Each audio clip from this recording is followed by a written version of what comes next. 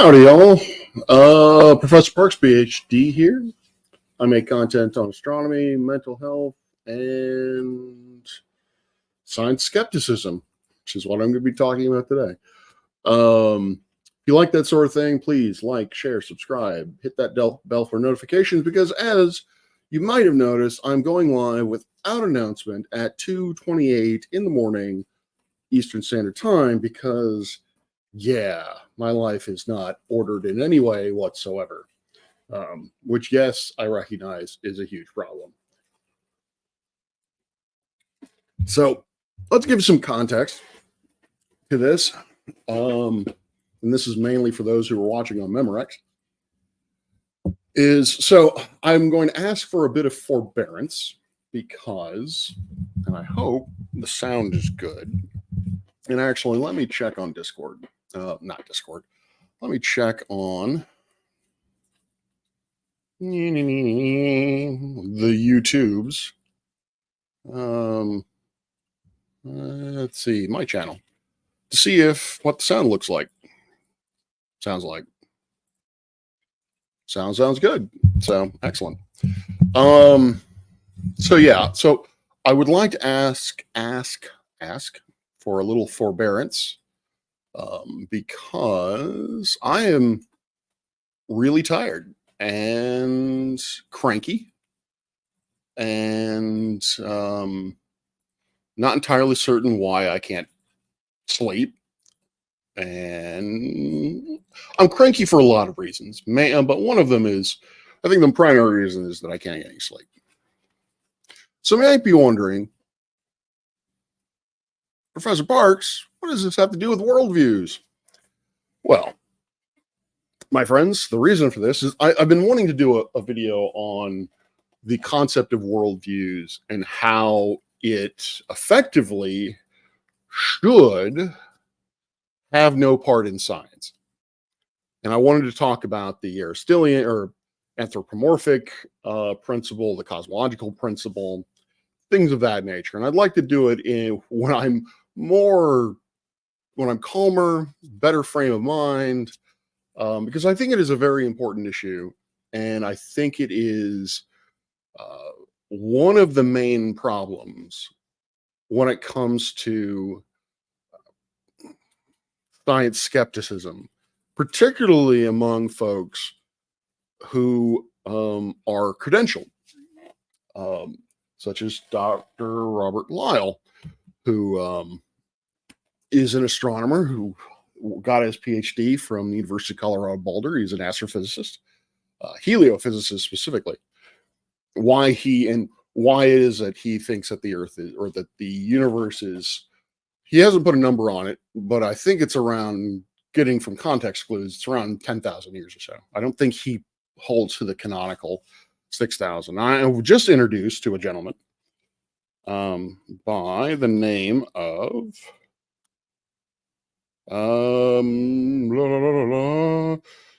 Philip Stott. Philip Stott, who's a Brit. So you guys, thanks for that. Creation Science with Philip Stott. That's his YouTube channel, and I just got introduced to him, and I just watched one of his videos, and it irritates the fuck out of me. Anyway, but even before that, I've been having this kind of back and forth with a gentleman who goes by the name of Theo on Science It Out's Discord. And, Theo's been asking a lot of questions about, and some of them I feel are the traditional sort of gotcha questions. He'll start off by, one of the current favorites are there any inconsistencies between special relativity and general relativity? His hope is to have someone say no. That way he can pull out a quote taken from a textbook written by a physicist whose name I cannot remember for the moment. Again, lack of sleep. That basically says, yes, you can in fact have, when you were talking about non-inertial frames, you can in fact have the speed of light be greater than 3 times 10 to the 8th meters per second. In the text, it claims, or it states, that the speed of light is actually dependent on the strength of the gravitational field. It only states that. It doesn't actually derive that in any way. It doesn't show what that relationship is, or at least not in that section of the textbook. Now, I don't know who this author is. Again, the name at the moment escapes me. I could probably look it up. If folks are curious, I may, well, if I remember, I will put the name of the textbook in the description, and the author. Looks legit from what I looked into this guy fairly briefly, doing my high IQ research. Looked into this guy fairly briefly and was like, oh, okay, this guy seems part of the establishment. He seems like he knows what he's doing. The textbook was essentially, or is essentially, a overview of special and general relativity and how it was based on the framework, or how it diverged from the framework of classical mechanics. So it seemed all above board. So I was puzzled when I read that bit, because he included it as a snippet. He basically quote mined it, included it as a snippet. And so I was like, howdy, Dr. Nimrod. He included it as a snippet, and as you do, I'll get into that in a second. And I was like, all right. So he was generous enough. Theo was kind enough to actually supply me with the textbook that he got that from, which I was actually rather impressed with.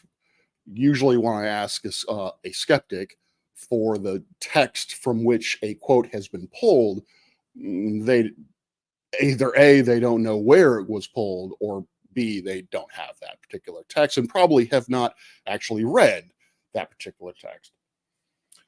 So I was surprised when I read that in this, there was, this author claims that the speed of light is dependent on the strength of gravity. And I'm like, howdy, Judy.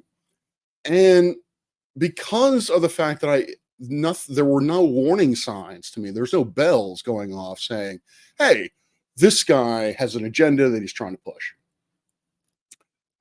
Things looked legitimate. Granted, I haven't read the textbook. I haven't read all through it. This is all very much skimming, but I basically read through a good fraction of the text when it comes to his general review of relativity, and everything that he was stated, yep, I agree with. It all tracked. It all made sense until you get down to this point that he was making.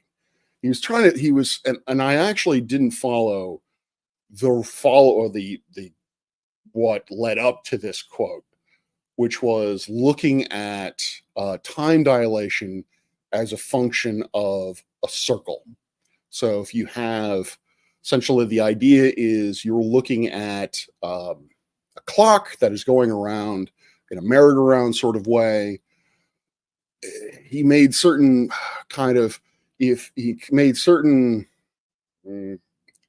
in the limit of an infinitesimal size, yeah, then you can make the argument, or you find out that, in fact, the speed of light is gravity dependent. I don't know. Like, it was really weird.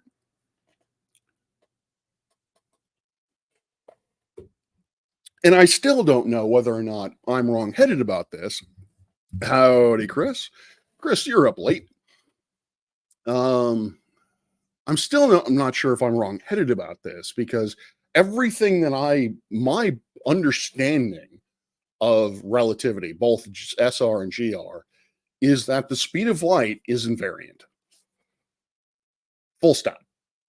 It does not depend on position, it does not depend on velocity, and it does not depend on the gravitational field. I will be very embarrassed if I am actually wrong on this, if that the speed of light does actually depend on the strength of the gravitational field in which the object is traveling. But that's not what I want to talk about, really. Again, tired, for those of you who just got here. So and I'll probably be repeating myself a lot. Very tired, very frustrated. I'm putting a lot of pressure on myself. I've been getting these headaches. Yeah, anyway. So where did this all come from? So I was having this discussion with Theo. And he's a geocentrist. He's not a flat earther, from my understanding. He is a geocentrist. Believe the Earth is a sphere, but he believes that the Earth is stationary and immovable. And again, this discussion was on Science It Out, his Discord server, and I think I asked Theo for references of other. Well, first I asked him, tell me who are the scientists who are geocentrists. And so he starts doing the typical quote mining. He takes things from Einstein. He takes things from, I think one of them was from Pauli. He takes one from Krauss. And he just starts just machine gunning these things out. Just paste, paste, paste, paste, paste. And, I'm trying to go through and I'm trying to follow up and be like, no, he posts the at this point I would consider iconic Einstein quote that has been completely misrepresented within the science, within the flat Earth community or the geocentrist community, which is where it seemingly states that Einstein is telling people that you cannot tell the difference between an Earth going around the sun or the sun going around the Earth due to optical experiments. I'm not going to go into why that doesn't prove geocentrism. Because I've done it before and I'm too tired and irritated to go into it now. But the point is, I was going through and every quote that he put in, if I had some idea of what was going on, I would explain to him or them, this is what this quote actually means. These people are not geocentrists. Einstein was very clear in that same textbook that the Earth goes around the sun, revolves around the sun. If we want to be pedantic, the Earth rolls around the barycenter of the Earth-Sun system, in which the barycenter is much closer to the Sun's center than it is to the Earth's center, making it appear as if the Earth is going around the sun. And which then led to, and so he, tonight, and actually, I don't even know, he may be watching this, about an hour ago or so, he gives me a list of geocentrists who are a list that I've never heard, or I don't know who these people are. So I look into it. The first name that I can find somebody, he's actually a, let me see is that Stott? Might have been Stott. I think that's Stott. Let's see. So the list that he gives is physicist Luka Pavlov. Don't know why. Maybe it's because I don't like Russians at the moment. I didn't look into that person. Who knows? That actually may not even be a Russian. Maybe a Ukrainian or someone from Poland. Astronomy, Philip Stott. Philip Stott is not an astronomer. He has a master's in engineering, but he has an interest in astronomy. And I found that he has a YouTube channel called Christian Science, and I watched one of his videos, which again is what irritated me enough to get online and do this. Gerardus de Bowel, never heard, don't know, couldn't find him. James Nolan Hansen, don't know who that is. Apparently there is an influencer by the name of Nolan Hansen, which makes that search apparently very, very difficult, because all you do is get the influencer, and then we go to John Byle, who is a legitimate, has a PhD in astronomy from I can't think of the name. It's a university that I've heard of, I think, or is it the Trinity School? I don't know. But John Byle does have a PhD in astronomy, so I'm like, all right, check. This is an astronomer. All right. Then we get to physicist Wolfgang Smith, who I looked into. He seems like a real weird guy. He is by trade a physicist and mathematician, but he primarily just went into philosophy. He really did not like how where science was going. He didn't feel that the scientific method apparently was going in the right direction.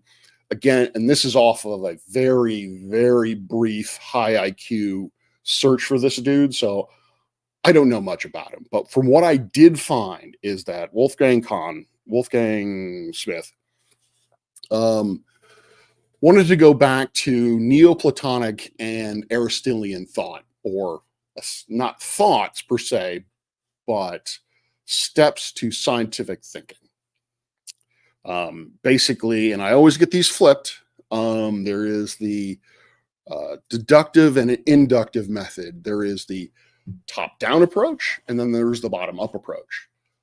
Aristotle was all about the top-down perspective, which is, this is how it connects, that is having a worldview, having a overarching theory of how the universe is, and then moving down to specific phenomenon and explaining those phenomenon within the context of that already established worldview.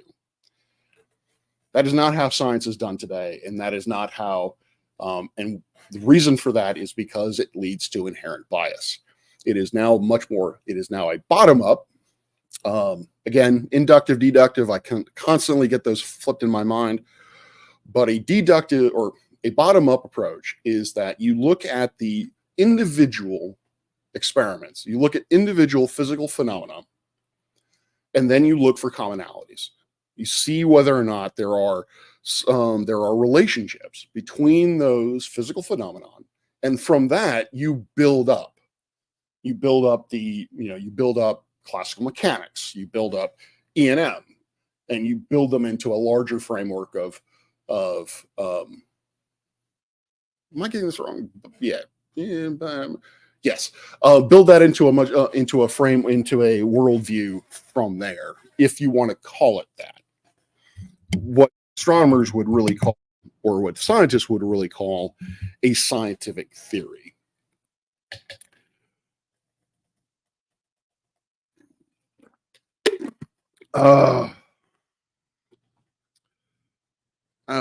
Chris, you're going to bed. I understand that. I wish I could go to bed. I should go to bed. Actually, I can go to bed. I just can't fucking sleep. So I watched one of Stott's videos, and so much. And I'm trying real hard to be kind. But I gotta say, this one video pissed me right the fuck off. For a number of different reasons. The video in question is episode 95 in his series Creation Science. It is a telescope and a question. Now, it would seem, again, context clues, but it would seem that Mr. Stott has a what's the word I'm looking for? Has someone in his comment section that tells him how he may be full of shit quite often. And I guess this person had gone away for a while and had come back, and in his previous video called Stellar Parallax, which I had not read or not watched, this person, this commenter, was like, you are factually incorrect when you talk about about what telescope took the parallax measurement that he was quoting. Stott was saying that the parallax of Polaris is 10 milliarcseconds, and he was attributing that to Hipparchus, but in fact it was actually based on a ground-based telescope. What pissed me off was, and as you can get from the title of his video series and the channel, he's a Christian. And so he starts off by saying, "Welcome back. We love you," in the most condescending fucking voice. You, sir, are a Christian. telling somebody sarcastically that you love them, fuck right off. Sorry, like I said, I was trying to be polite about this. As I said, irritated. Might go crack a parks, as it were. And I may actually, I've been thinking about this, and I might do this. I may start, I don't have time to do it, but if I had infinite amount of time, I would really want to do a hit series, and I do mean hit series, on Christian astronomers and scientists who do this sort of bullshit. Worldviews. All right, so where do I want to go with that?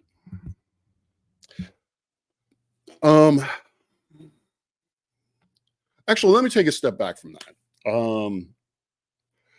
So one of the names that Theo from the server brought up was Dr. Sungenesis.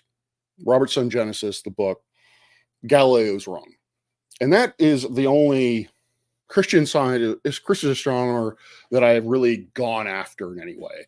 In one of my previous videos, around the hour and 38-minute mark, I actually start and critique his book, or at least some portion of his book, for the next 2.5 hours. I think I stopped because I was really tired and very irritated. Need to stop hitting that button, whatever that is. And I don't really remember it because my memory these days is complete shit.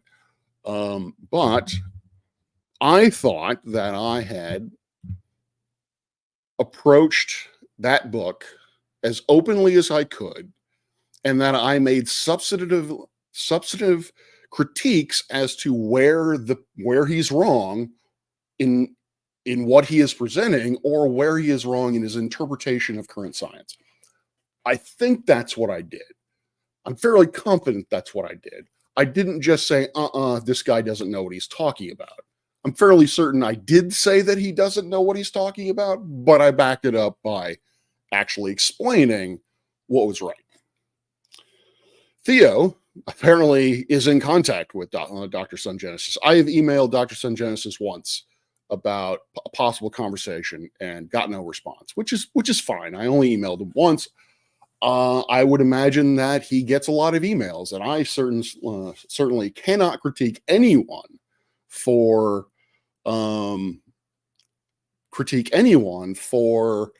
not being responsive to email or letting them slip through the cracks. So this is not a dig at Sungenesis at all.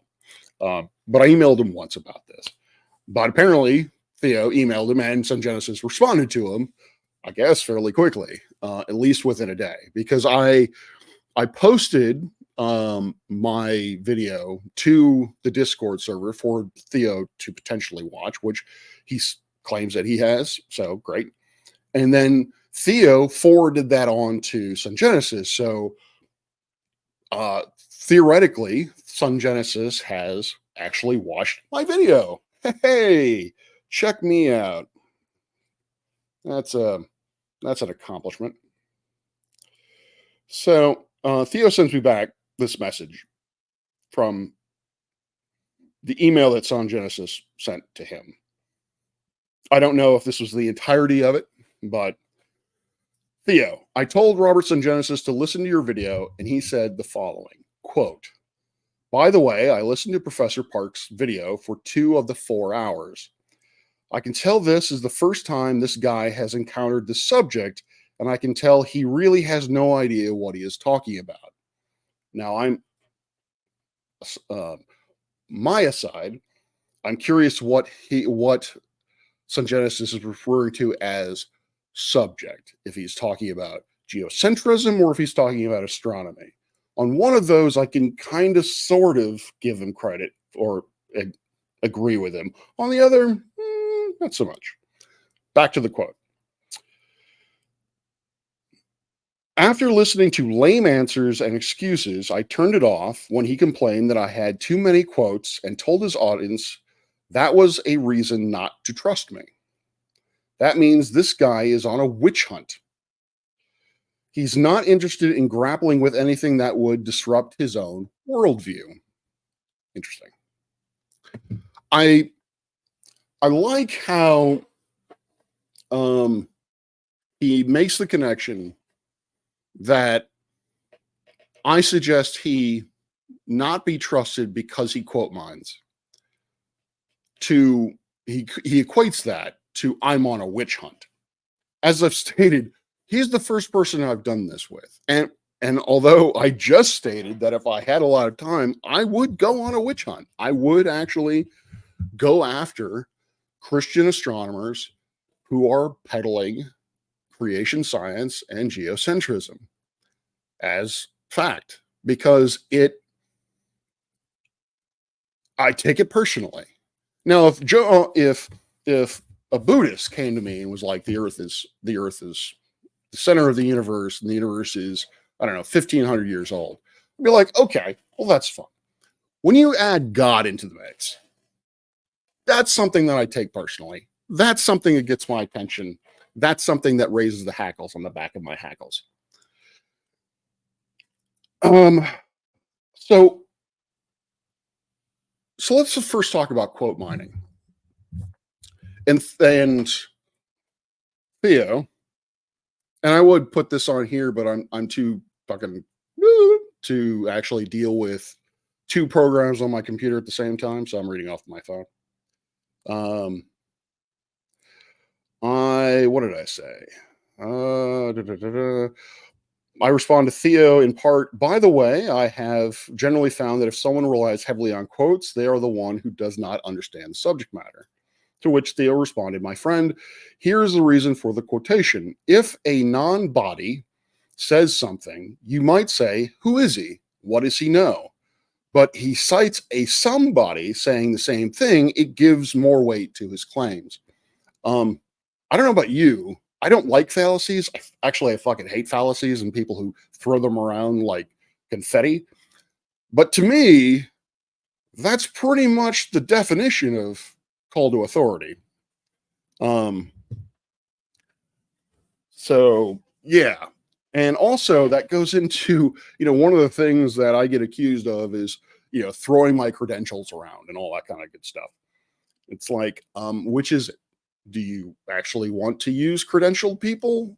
Are credentialed people worthy sources, or are credentialed people just elite fuckheads who just sit in our ivory towers and judge people? The problem I have, and this is what I told Theo, problem I have with quote mining is I need to stop touching that. The thing I have with quote mining, and particularly as an argument, as a style of argument, is that a quote is taken by definition out of context. It's simply a quote. You have no idea what was said prior. You have no idea what was said later. And because of that, you have no context. Well, it's out of context. You have no context clues. Quotes are fine for inspirational kind of shit. I have a dream. 407 years ago. Quotes are great for what they can do, which is to inspire or to, synthesize a philosophical viewpoint, something like that. Beyonce is great, whatever. I don't know. But when it comes to a philosophical, when it comes to a scientific discussion, quotes don't cut it for two reasons that are coming off the top of my head.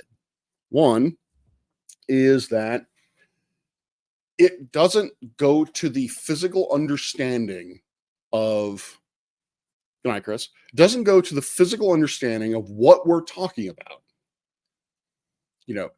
This saying that, or let's take the Einstein quote, for example, that in that quote, Einstein is saying that you cannot devise an optical experiment to differentiate which body is orbiting around which other body. Okay, great.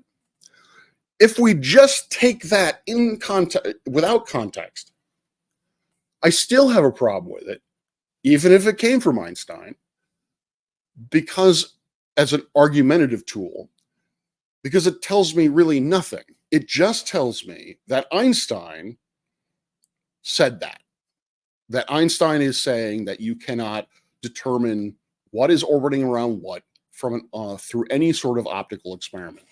Well, that's great. It doesn't tell me why. It doesn't tell me what the physical motivation for why that is the case. It doesn't tell me the physical motivation behind that, because that's what I want to argue, or rather, that's what I would rather discuss and get into, is the physics of geocentrism, the physics of flat Earth.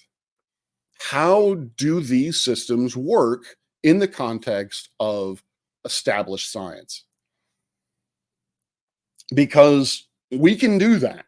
You can pick up a textbook, and it will, those textbooks, you can pick up a textbook and it will talk about why the Earth is going around the Earth-Sun system is going around a common center of mass, which itself is going around the galaxy at a certain rate. And that's what I care about. I care about the understanding of the topic from a physical first order point of view, at the very least. Quotes don't get there. I don't care how many quotes you throw at me. I have yet to have encountered a quote that tells me the physics behind any particular topic whatsoever from here or there. It can describe it, but it doesn't really get into the nitty-gritty of it.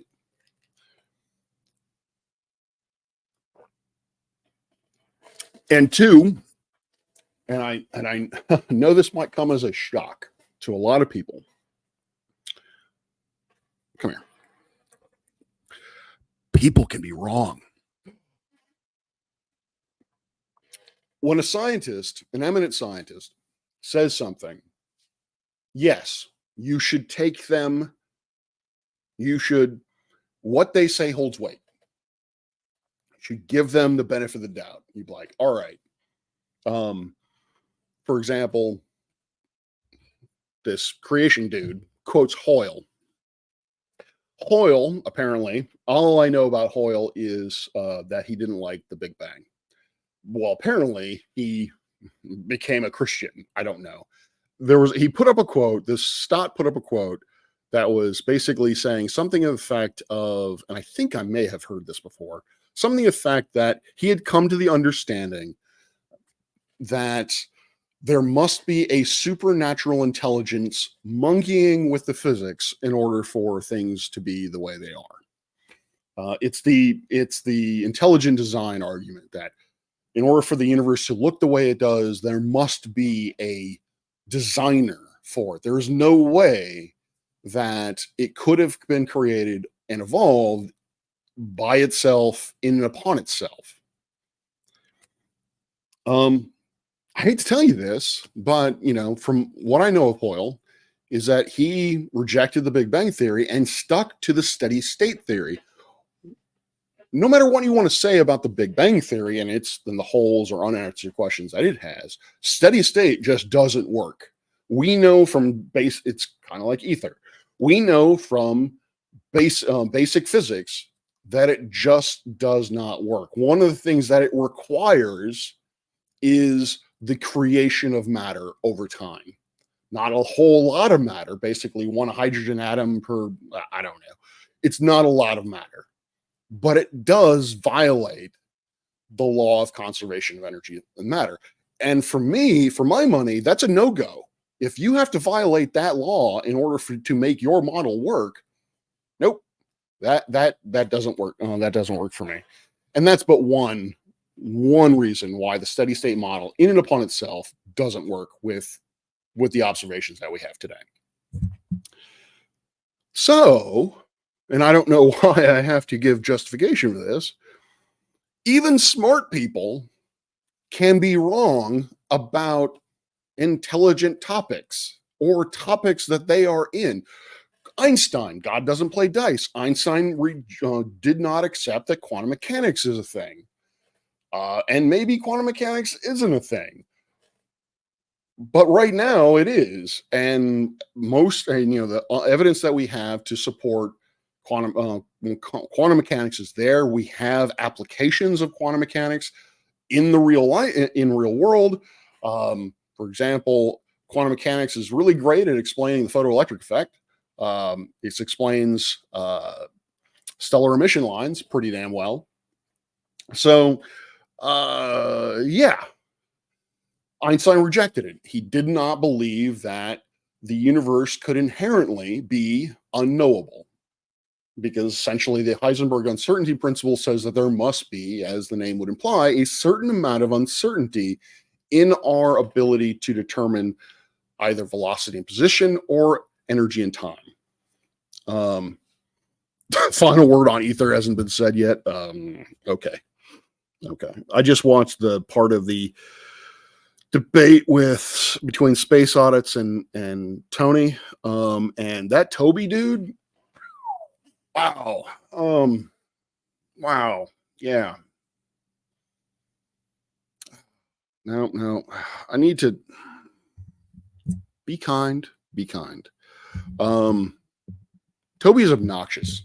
Let's just put it that way. His behavior on that debate was obnoxious, to say the least. But anyway, so yeah, when you quote mine, doesn't matter who you quote money from. One, as I've said, it doesn't get into the nitty gritty of what you're talking about, technical term. And two, people can be wrong. I can be wrong. Anyone can be wrong. We're human. It doesn't matter how much study we have devoted to things. We can still be wrong. So quoting someone doesn't mean shit to me, because they could be wrong on that particular subject or that particular question. So yeah, quote mining is bad. I've said it before, say it again, probably will say it in the future. If you want to have a intelligent, productive discussion about two conflicting viewpoints, or two viewpoints that are opposed from one another, bringing other people into the equation really is counterproductive. It does not help at all, and it can obfuscate, particularly when you take things, when you quote mine out of context, which is essentially always.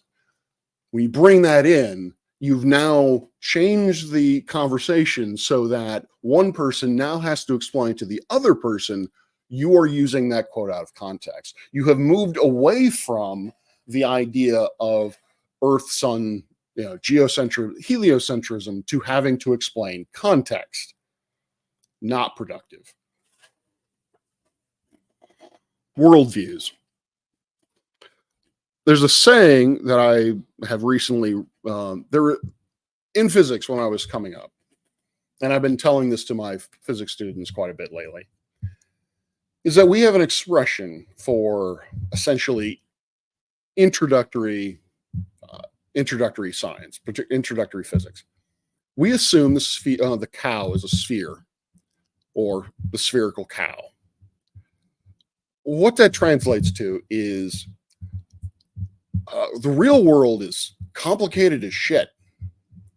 And from a teaching perspective, trying to teach a introductory student about how a ball goes through the air, just ballistic trajectory, trying to explain the ballistic trajectory to a student who knows nothing of forces, or very, very little of forces, who probably knows very little about velocity and acceleration and the difference between a scalar and a vector quantity, with real world implications, like putting in all of the physics, that's counterproductive, because you have to talk about, at the very least, you have to talk about air resistance and how that affects the flight of the ball.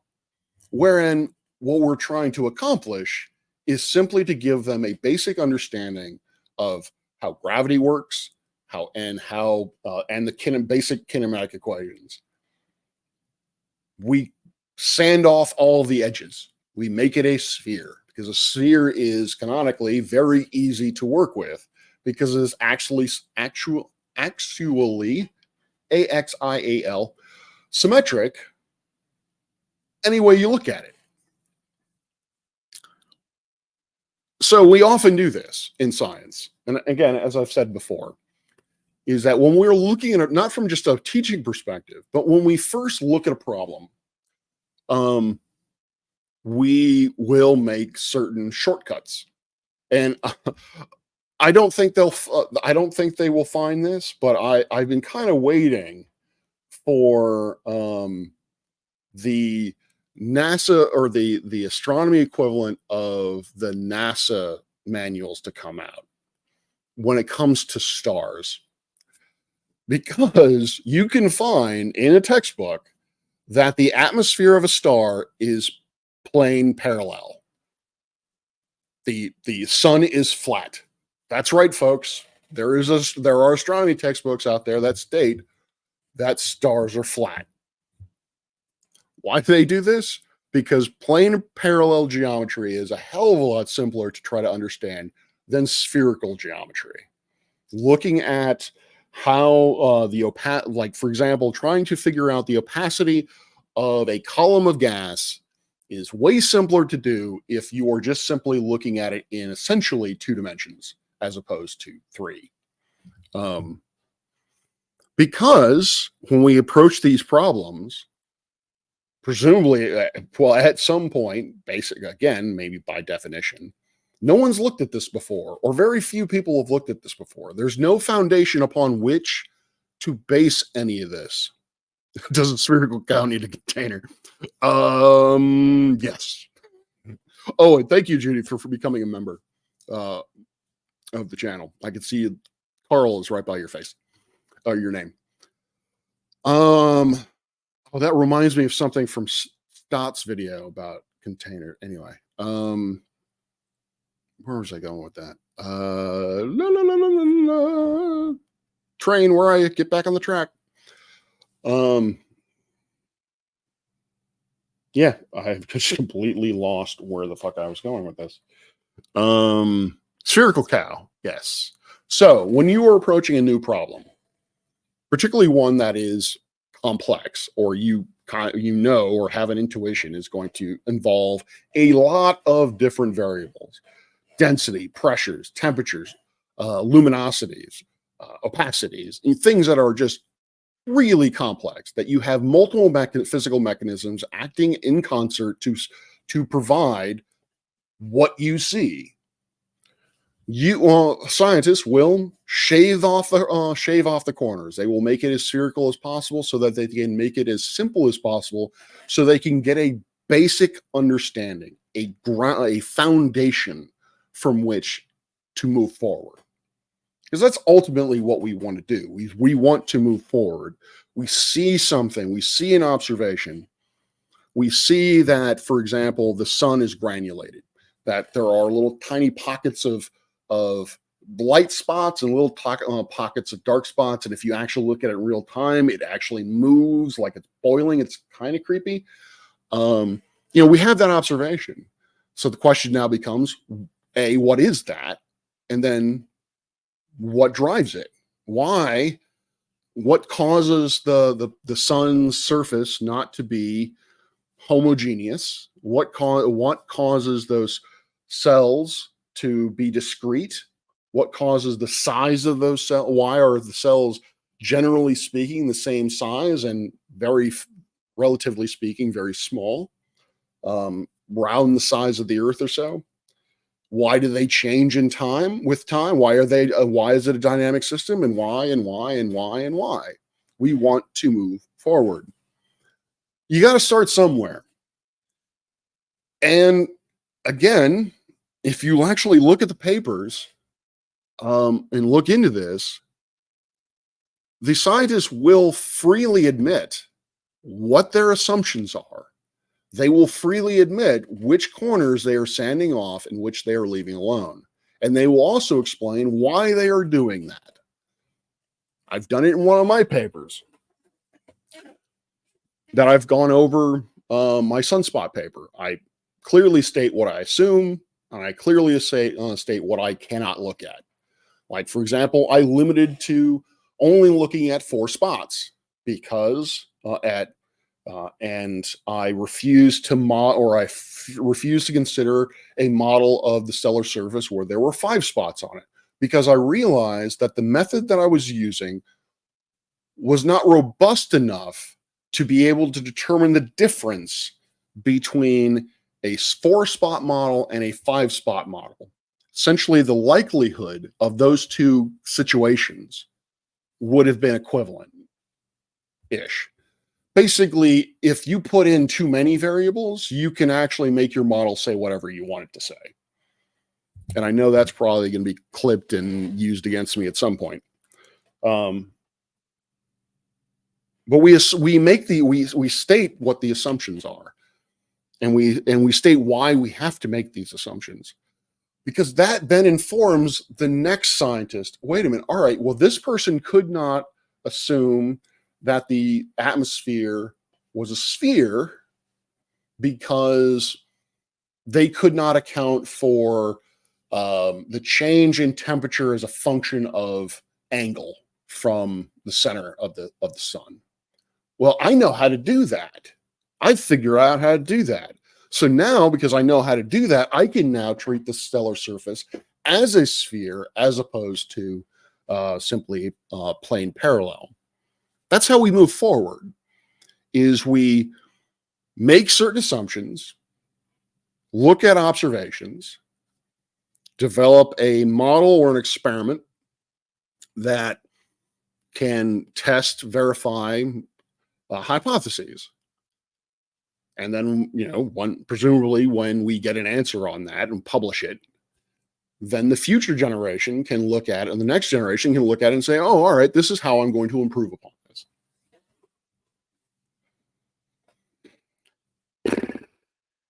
So, spherical cow. Why did I bring that up to begin with? I'm beginning to question why I brought that up to begin with. I'm not sure. You should ask the aliens in your basement for help. I know. They just keep pounding. Well, it might be why one of the reasons why I can't sleep is they keep wanting to escape. And I keep telling them, no, I'm sorry. You're worth too much to the U.S. government. They don't listen. They just don't. I don't know. Maybe it's because they don't have ears. I don't know. Anyway. I've completely forgotten what the hell I was talking about in terms of why I brought up the spherical cow to begin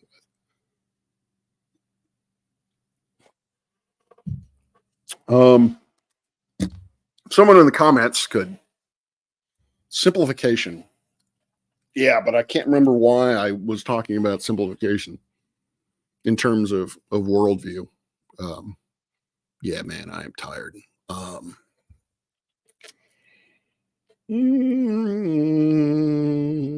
Johnny von Neumann always used to say, with 4 parameters, you can fit an elephant. With 5, you can make him wiggle his trunk. Yeah, I had one of my colleagues, Tabby Boyajian. I don't know if it was her, but it's become a sort of a meme within the astronomy community, particularly photometrists, when it comes down to modeling a light curve. And no, I don't think it was her. I think it was somebody else. But yeah, that's right. It was her star. So the Boyajian star, I think I've mentioned in the past, this is a star that has a very, very peculiar light curve that had previously never been seen before. And so there were definitely a lot of models, i.e. hypotheses, to potentially explain how this light curve was created. And in one case, somebody actually literally was able to create a model where Santa going across the stellar surface with his reindeer actually replicated that light curve. So we are very aware that the use of models is a dangerous thing, that we need to be very careful on how we implement them. And we need to be very careful on how we interpret them. That was one of the things I remember most distinctly from my PhD advisor, was that when you write something, you cannot be definite. Do not write your conclusions as declarative statements. you have to qualify them as saying, this is what fits our data. And if you can do better, you can then point out possibilities of what it could be, something else that it could be that I did not have the time to look into thoroughly as an explanation. Again, giving the next generation something to think about. I say that this YSO, the light curve looks the way it does because it's got star spots on the surface of the sun. But could it be that there is a small obstruction, maybe a protoplanet at the very edge of the very inner part of the disk, which is causing the same observed effect? I don't know. Possibly. I wasn't able to look into it. How about you look into it? You make more than me. You fantasize. Yeah, only in mathematics can a definitive statement be made. I actually I was watching another stream earlier today on Maya Atkinson's channel, and they were talking about what is science, and somebody was saying that mathematics is he was a computer scientist. He said mathematics is the only pure science, and no, and no, mathematics is not a science because it cannot be experimented on. It doesn't follow the scientific method. I know enough about mathematics, particularly theoretical mathematics, to understand that much. Not to say that mathematics is not valid. No, mathematics is very valid, and I am very appreciative of people whose minds are able to think in that way, because mine ain't. So worldviews. Yeah, I can't honestly. I don't remember. I don't remember why I brought up the concept of simplicity. So I apologize for those of you who are watching this in the future or now, because it's probably very stream of consciousness at the moment. But let me refocus on worldviews, because that's what I'm talking about here. Is that if we look at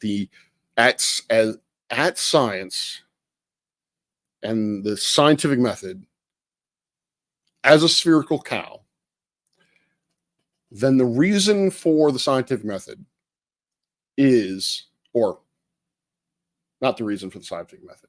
If we look at science as a spherical cow,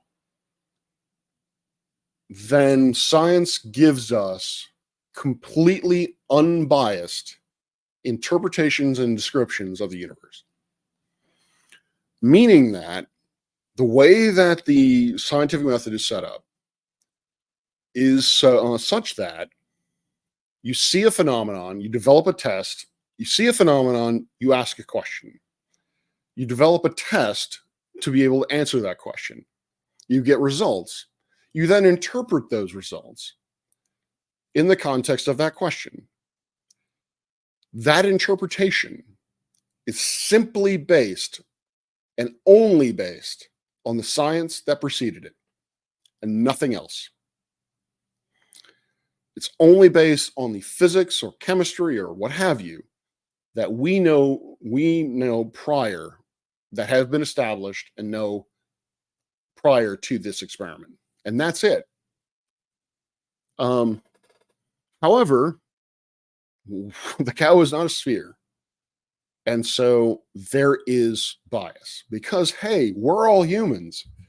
Not only can we and are wrong, we can be and are biased. As much as we don't want to be, we are biased. And we don't even know it. I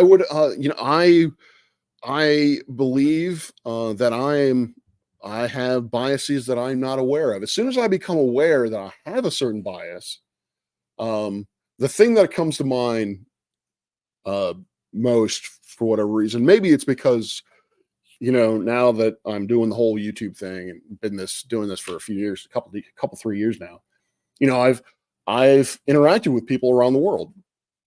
which is fucking amazing. By the way, thank y'all. And I realize that I have a Western bias. I realize that I look at things from a Western perspective. I also have a Northern Hemisphere bias.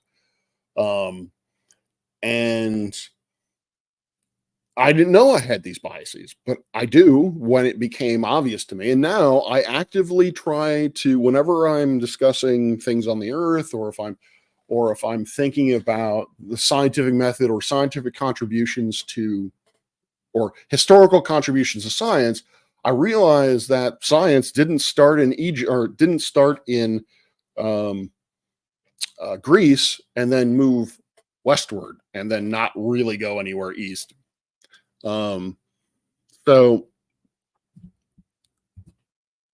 my point is that we all have bias. We all have an inherent bias, one way or another, good, bad, or ugly. And in at least some cases, we are not even aware of these biases.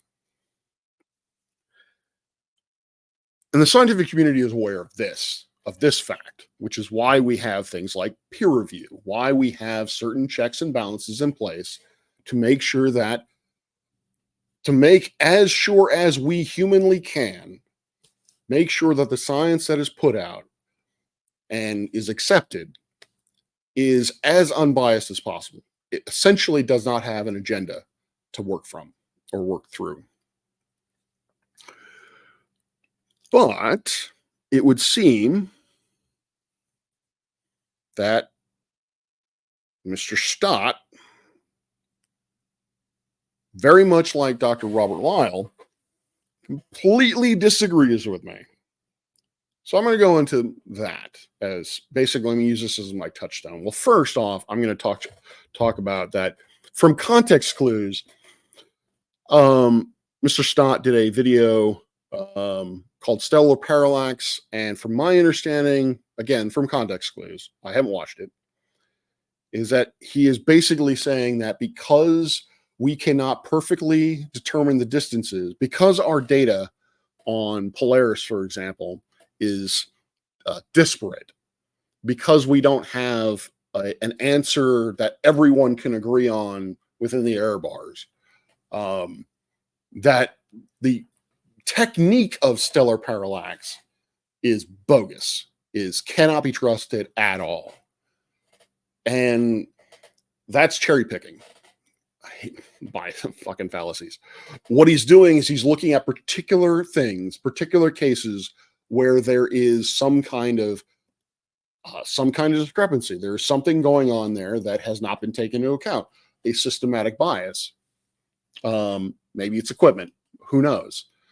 For Polaris, the thing that is discrepant is essentially the methodology that's being used, from my understanding.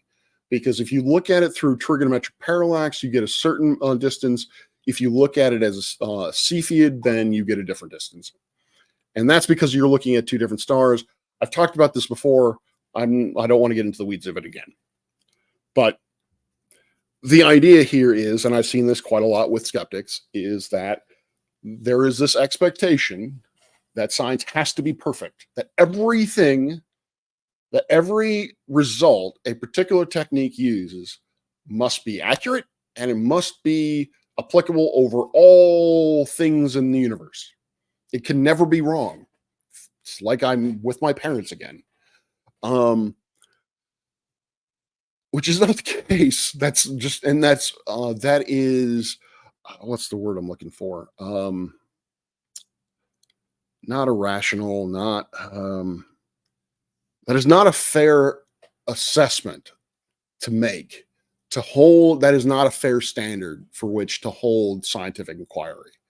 That if it cannot explain this one star, but it can explain tens of thousands of others, well, it's got to be wrong. The whole technique is crap. Maybe there's something going on there with that one star as opposed to 10,000 others. So that was the whole, I'm glad you're back, we love you, because someone pointed out that he made a error in that video. Wow, I'm really losing my mind.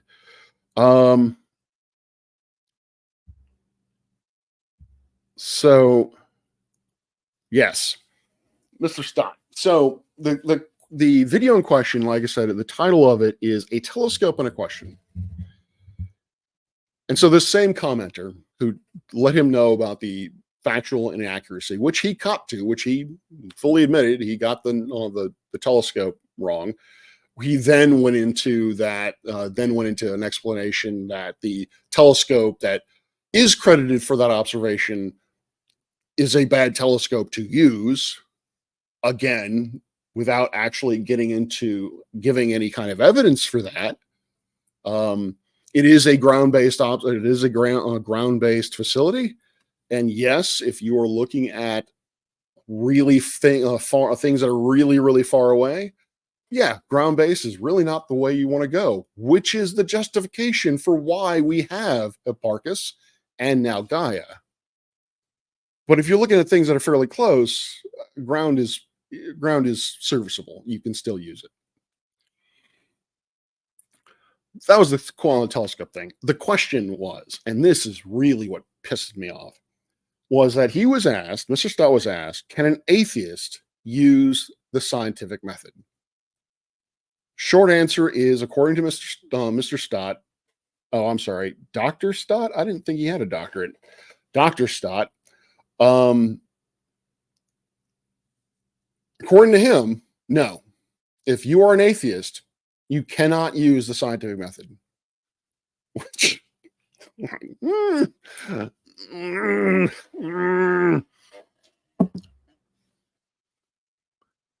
reason why that irritates me is because, and he basically says that, he rightly says that the person who can be considered the father of the scientific method is Francis Bacon.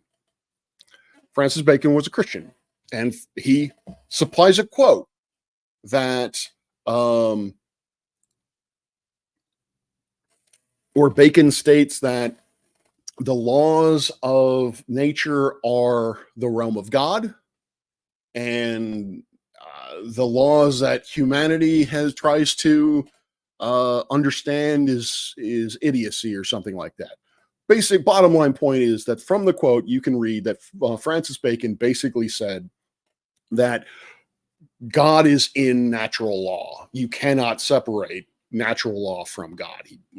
Basically, he's an intelligence designer. He believed that God created everything.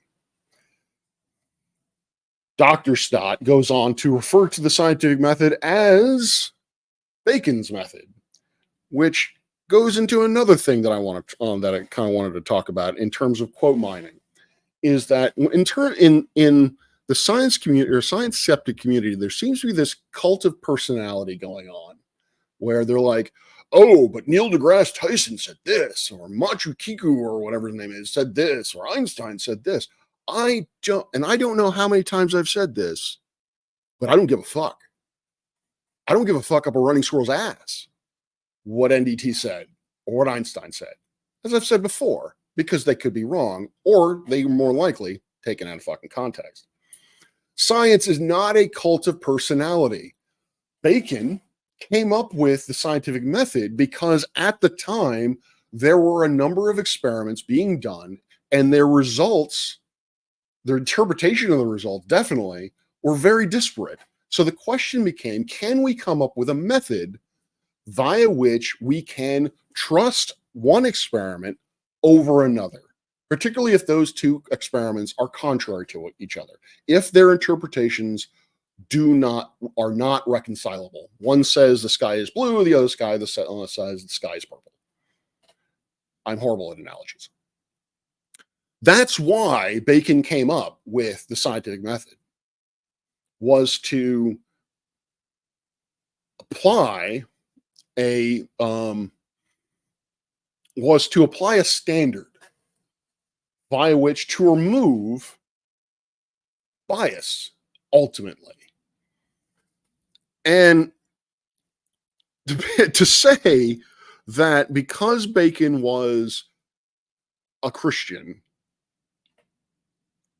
that the scientific method is a Christian tool is fucking ludicrous. He then goes on a tirade about, then we, of course, I think, if not to pull an Anthony Riley, but I think we then, from Bacon's time, we move into the Age of Enlightenment, where secularism is on the rise, religion takes a dip, and where you get a lot of scientists, prominent scientists, who come out who are either not mentioning God at all or are known to be atheists. I don't know. What I really should be saying is that these scientists are doing what the scientific method is requiring of them. One of the hallmarks of science that I put forward in every lecture that I give on this topic is that science simply deals with the physical. It does not look for a supernatural or metaphysical explanation for anything, because once you do that, you have moved away from the realm of experiential science or experiential experiment. You can't experiment on God. You can't even begin to experiment on God. How do you prove miracles exist? How do you prove that God exists, and how do you prove that God created the universe the way he created it? You can't. There's no experiment you can derive to answer that question. So it's not science. It's just as simple as that. Not to say that, again, you all know I'm Christian. I'm not saying God doesn't exist. I'm just saying science has nothing to say on that subject. Science does not say that God exists. Science cannot say that God doesn't exist. They're two separate things. They should be two separate things. My point. So immediately we have from Dr. Stott, we now see that he is going from a worldview down. He has the idea that, as his name would imply, creation science. He believes that the Bible, presumably, again, this is context clues. If I hear creation science and what Freud is saying in the video, I am making the assumption that he is a young Earth creationist. I will put that point out right now, or I will make that admission right now. He may not be. I don't know, but I suppose that he is. And I think I think my assumption is justified. He is looking at the Bible. He is looking at some source. Let's make this more general. He is looking at some source that is not scientific, and that is explaining his worldview. That explains that thing, whatever it is, the Bible, the Torah, Neoplatonicism, whatever that thing is that is not scientific, that is metaphysical, that is the umbrella under which all things must fit. Again, that leads to biases, because what happens if you find a piece of evidence, or God forbid, you find a huge amount of evidence that doesn't fit that worldview? Star Wars fans have been trying to deal with this problem with the last three movies, doing handstands to try to make things fit. Again, bad at analogies. You have this overarching framework. So your interpretation of the data is dependent upon that framework. It's not dependent on the data. It's not dependent on the conditions under which the experiment was created or conducted. Your interpretation is not based on that data and the science that preceded it. Your interpretation of that data is based on the worldview you have already walked into the room with. What happens if your worldview is wrong or incomplete? You have now biased independent observations with something that is wrong. That, to me, gives you a wrong answer. That is why worldviews should not be brought into the discussion. Metaphysical worldview should not be brought into the discussion at all. If you have a worldview, if you believe that God, let's make it more specific in case of Dr. Stott, if you believe that you are a young earth creationist, you believe that the earth is the center of the universe, then you have to make things go away in order to make that really work.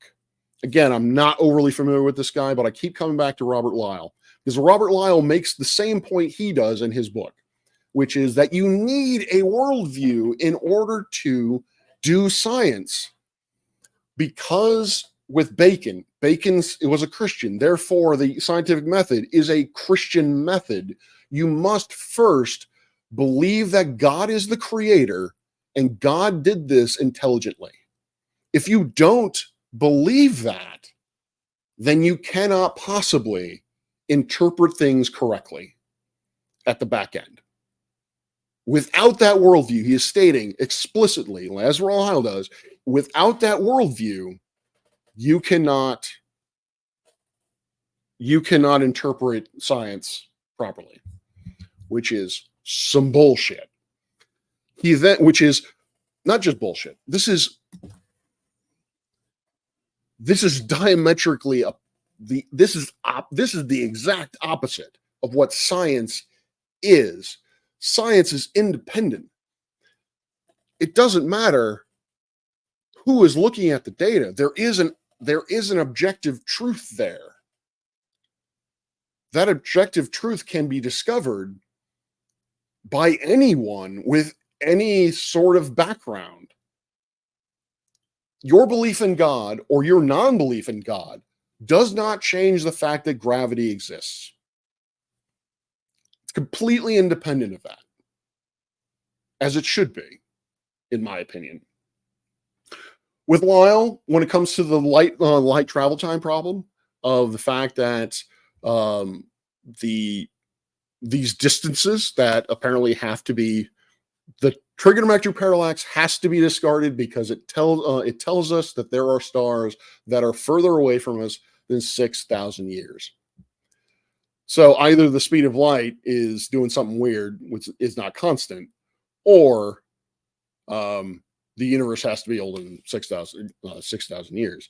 So obviously they have to discredit parallax, not on a physical basis, not on a basis of from just simply the geometry of it is wrong, but because it has to be, because it is telling us that the universe is contrary to what my worldview or the Bible is telling me it is. That cannot happen in science. You cannot just say, to data. You can't just say, no, I don't like that. I don't like the outcome or the implications of that, because that doesn't mesh with how I think the world or how I view the world. Sorry, the world doesn't give a shit what you think it should be. Something I learned, and this is actually tied to my mental health, something I had to cope with or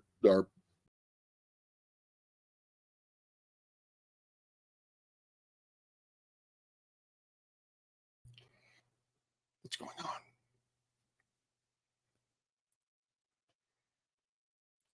Mm-hmm. I don't know if you can hear me. Hey, I think I'm back. All right. I don't know. I think my mic cord hit something. Anyway, where was I going? Well, where was I going with this?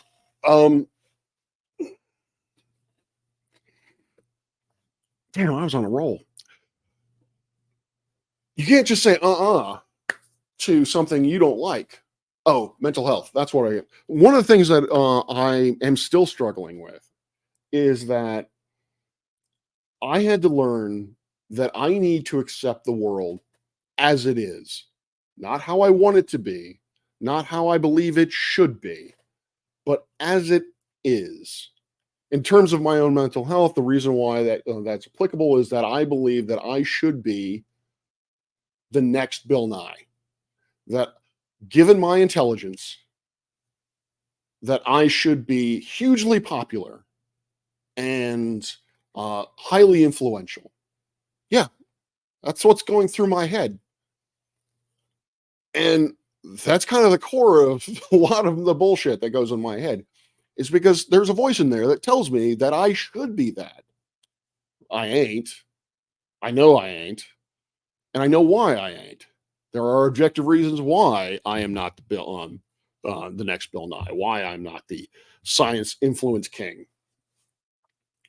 I have to accept that objectively, there are factors in my life that have dictated where my life is right now. And I can't look at my life in terms of how would I put this? I've talked about how what the universe or what my life should be. I should be the next Bill Nye,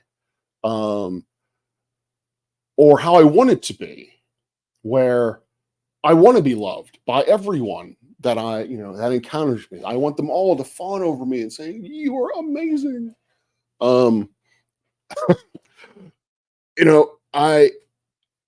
I don't get that. And I realize that that's some bullshit too. I need to accept that it doesn't matter what I want the world to do. It matters what the world is. And so when it comes to folks who take the Bible literally, which is its own topic in and upon itself, I'm sorry, but that world, as literally written, does not exist. And you need to accept it. The earth was not created in 6 days. I don't care how you want to try to explain that. The order is also wrong. The creation story is not factually accurate. Full fucking stop. I don't care how much you want it to be. I don't care how much you need it to be. It isn't. Because the science, the data, when looked at objectively, tells us that it's not. This is the problem with worldviews, is when you have a worldview, you will tell yourself you're closed off for one. Like, for example, the Bible says nothing about exoplanets. So you are now limited. You are now limiting God and His creation to the Earth, the Sun, and luminaries. The idea of planets being out there with other life out there, no, not part of it. Apparently God said no to that. He doesn't want to be. God can have done that as well, because it's not in the Bible. And if you choose the right quotes, don't get me, fucking Bible quote mining. If you choose the right quotes, or the right citation, or right, what's the word I'm looking for? Not citations in the Bible. It is Bible verses. When you cite the Bible verse, if you choose the right Bible verse, it will you can interpret it to say that we are the only life in existence. Earth is it. You are missing out on the reality of the universe, which is that the universe is much more vast than what the Bible would have us believe, at least in a physical context. You will also lead you astray. It will lead you to wrong. The thing that I love the most is that, and when I say love, I mean hate, is folks like Jim Waterworld, who I honestly. Jim Worldworld, who what's the word I'm looking for? Science is satanic.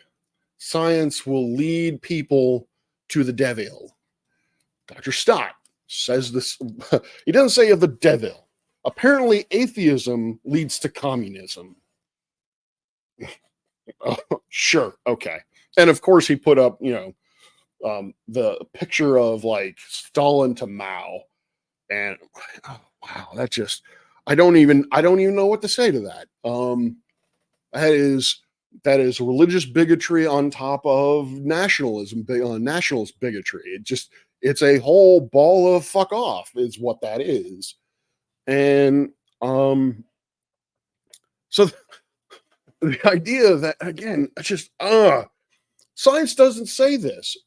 Science doesn't say, hey, if the Big Bang is true, then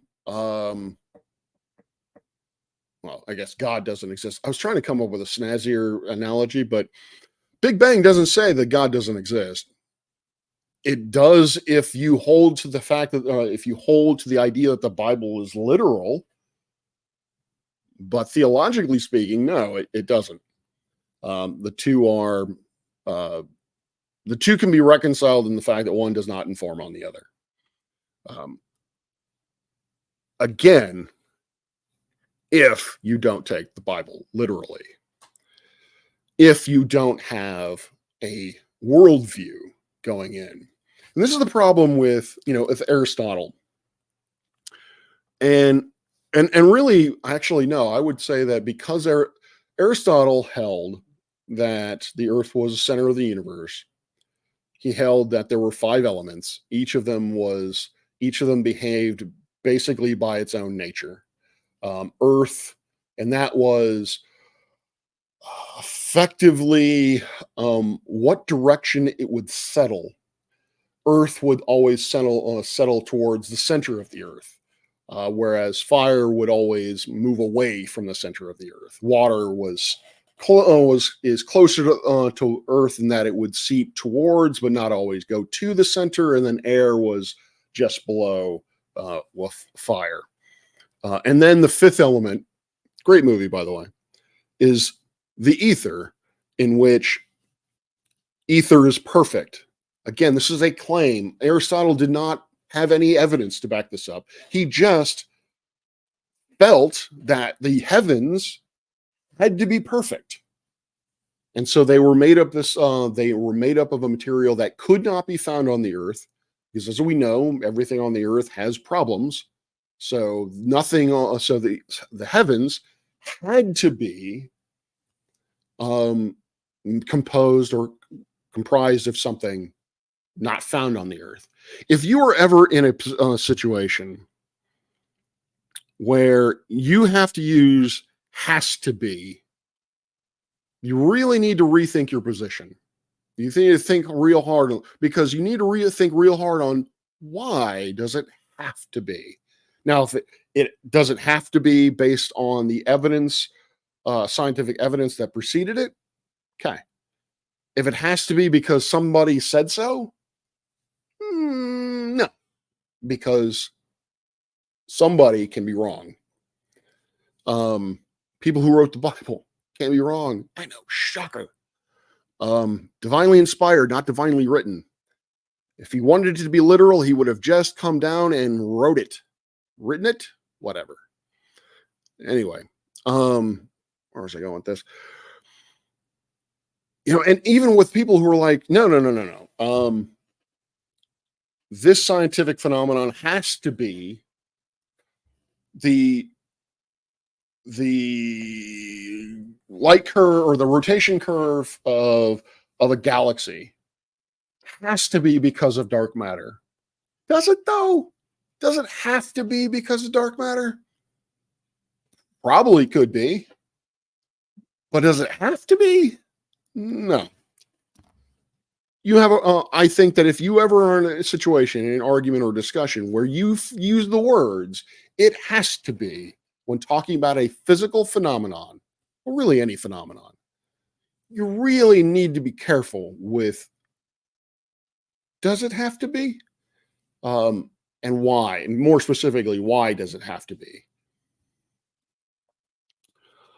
So Aristotle was like, yes, because the universe is perfect, because he said so. I don't know where Aristotle gets the idea of universal perfection. I'm assuming that is tied into Platonic philosophy or earlier philosophy, because philosophy, at least much similar to science, builds upon itself. And so he came up with that absolute thing that the universe had to be perfect. And then he basically just kept on going, because what is perfect? How do you define perfect? Well, to Mr. Aristotle, he defined perfect as spheres that were unblemished, that moved in perfect circles at uniform speeds. Because apparently, starting and stopping, that ain't perfect. No idea why. I'm sure there is some kind of philosophical reason, rationale for why uniform motion is perfect, whereas non-uniform motion ain't. I don't know what it is. But that's not the point. The point is, whatever reason or whatever rationale you use, whatever logic that you use, inherently is coming from a human mind.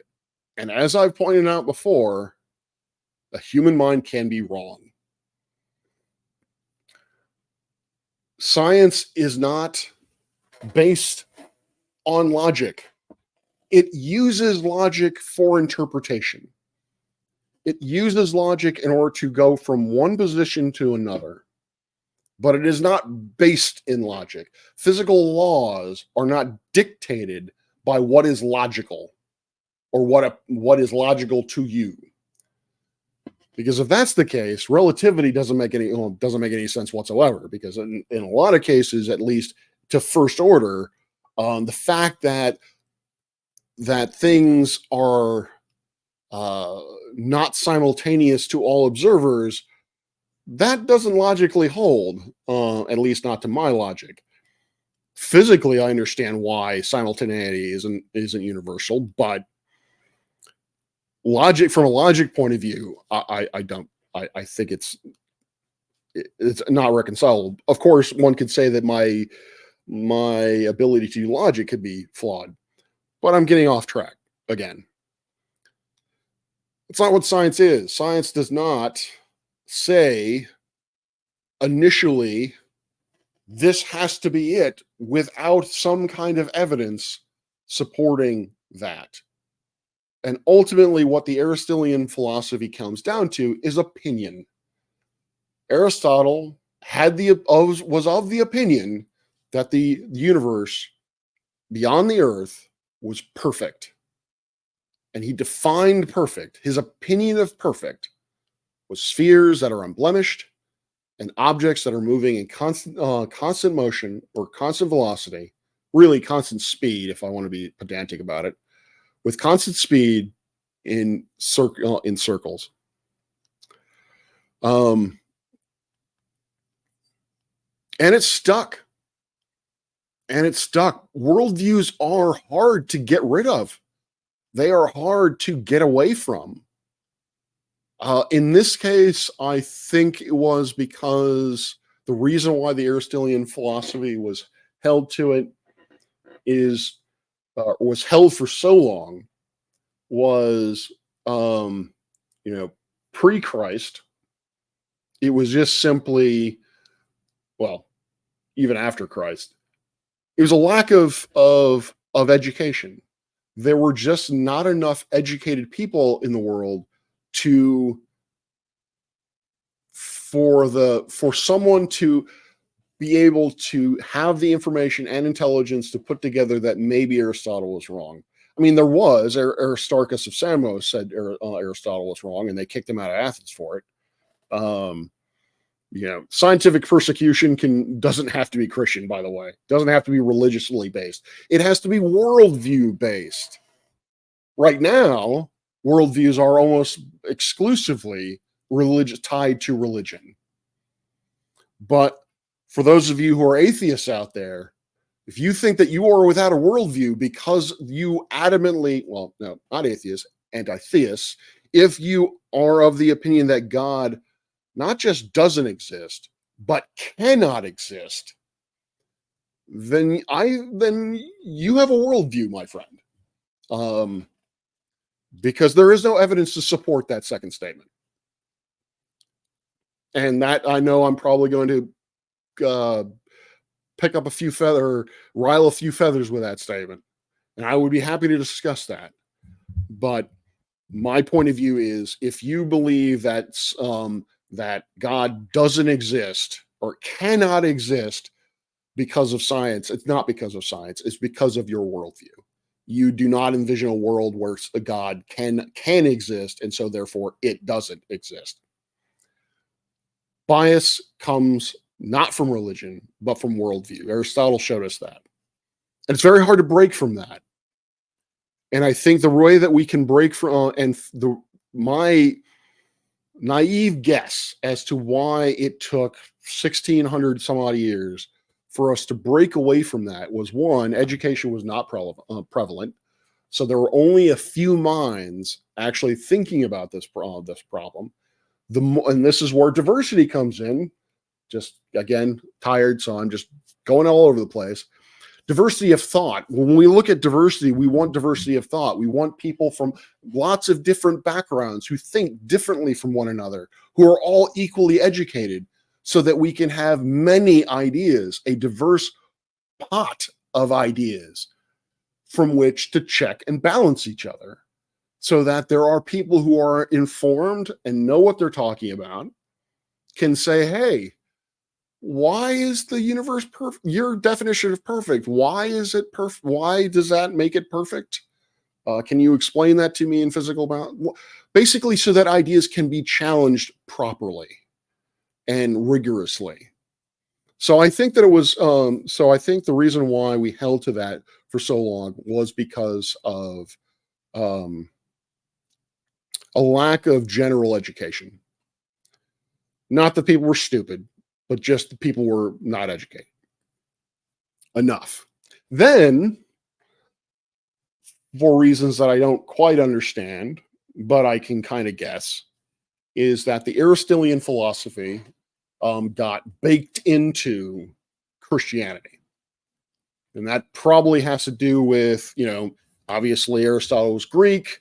The Romans came in, took everything that was Greek, slapped a new coat of paint on it and said, this is Roman. And then, Constantine came around and was like, okay, I'm Christian. Y'all all have to be Christian. So therefore, all things Roman got a new slap of paint on it. And now it's Christian. That's my Cliff Notes version of why the Aristotelian philosophy universe, or Aristotelian cosmology, got baked into the Bible, because it's certainly not in the Bible. This idea of perfection that the Catholic Church held to, and so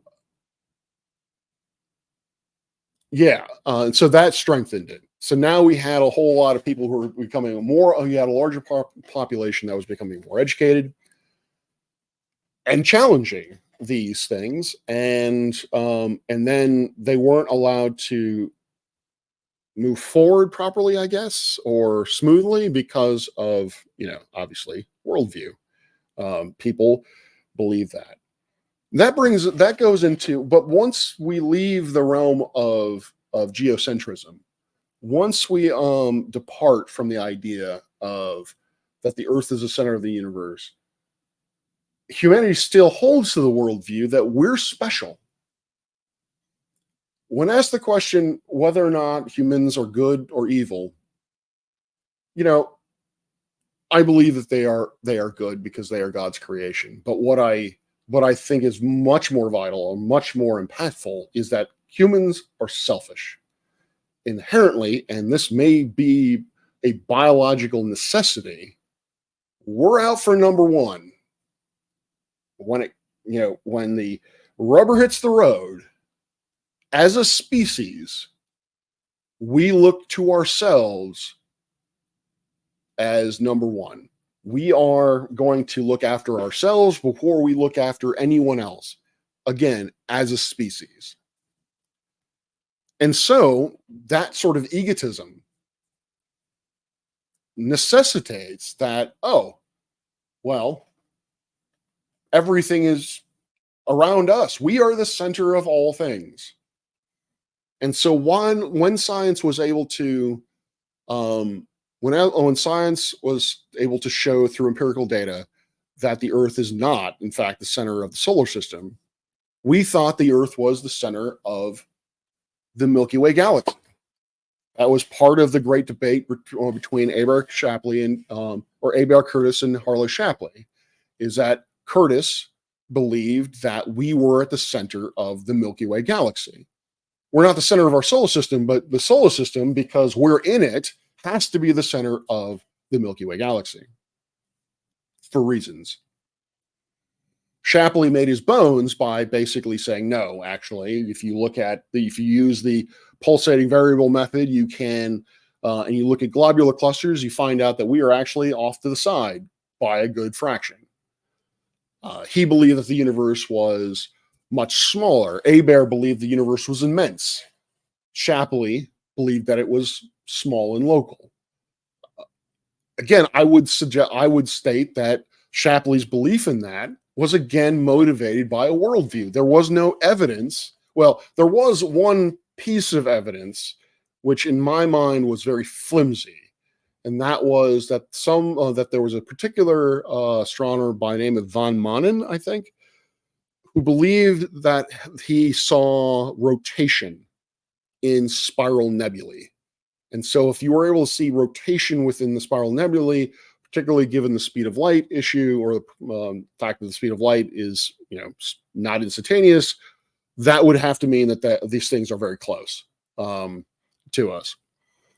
As it happens, the data that the von Manen observations were not verified, they were not replicated. No one else saw this supposed rotation, and so therefore, that key piece of that sort of physical rationale for why the universe was small local kind of fell to the wayside, really just kind of destroying Shapley's argument. But again, and I don't have proof of this, I'm not an expert on the Great Debate. I'd like to be more of an expert, but I have to, from what I know, there wasn't a lot of evidence to support the idea that the universe was small and local. There wasn't a lot of physical rationale for why the universe had to be small and local. Law of conservation of matter and energy does not dictate that the universe has to be of a certain size. Newton's law of gravitation does not dictate that the universe has to be of a certain size. There is no justification based on the science that we know for the science of the size of the universe, particularly as science was known at that time. So I have to believe that, there I am, have to. I believe that Shapley had his own worldview. And I think it was also tied to human egotism, in that there would be no way for the universe to be vast, because if the universe is vast, then we are a mote of dust suspended in a sunbeam, that we are somehow insignificant. Again, that's pure supposition on my part, but I would not be surprised if that was what Shapley was thinking. That was the stumbling block upon which Shapley refused to accept the idea that the universe may in fact be vast, is that it somehow implies that humanity is insignificant. Because as you know, humans, number one, we're all about humans. So you had that debate. But then finally, you get to the cosmological principle, which is being, by current geocentrists, which is being abused very badly by geocentrists. Cosmological principle states that there is, one of the implications of the cosmological principle is that there is no preferred location in the universe.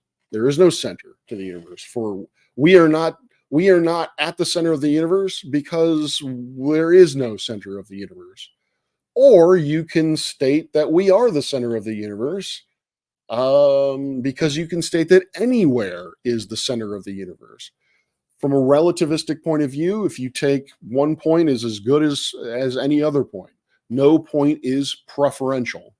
There is no preferred position in the universe from which to observe physical phenomenon. It's all basically the same. Physics is the same everywhere at all times.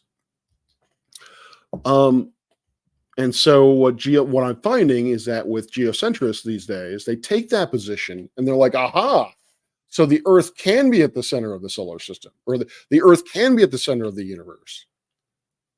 Then they go the next step and double down and say it must be the center of the universe. And I've yet to find a physical justification as to why that's the case.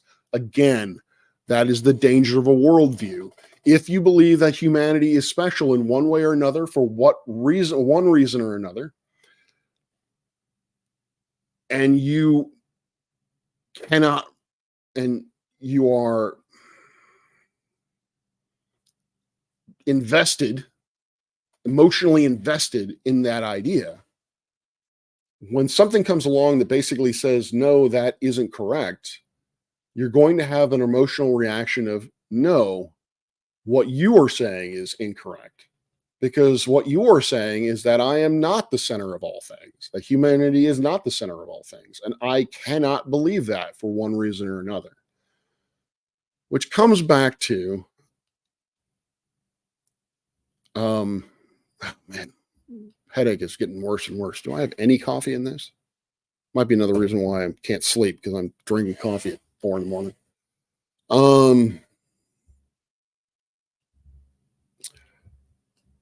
This is why I think that with science skepticism, this is why the idea of worldviews comes into play.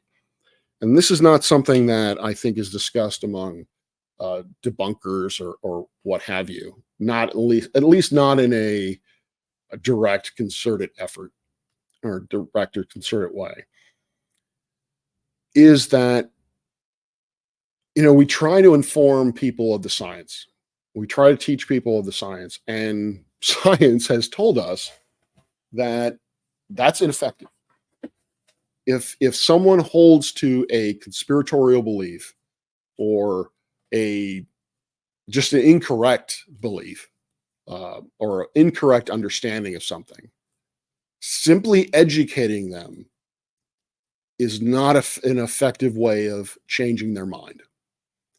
Most people would not respond to it, will not change their mind, no matter how much information you throw at them. Why?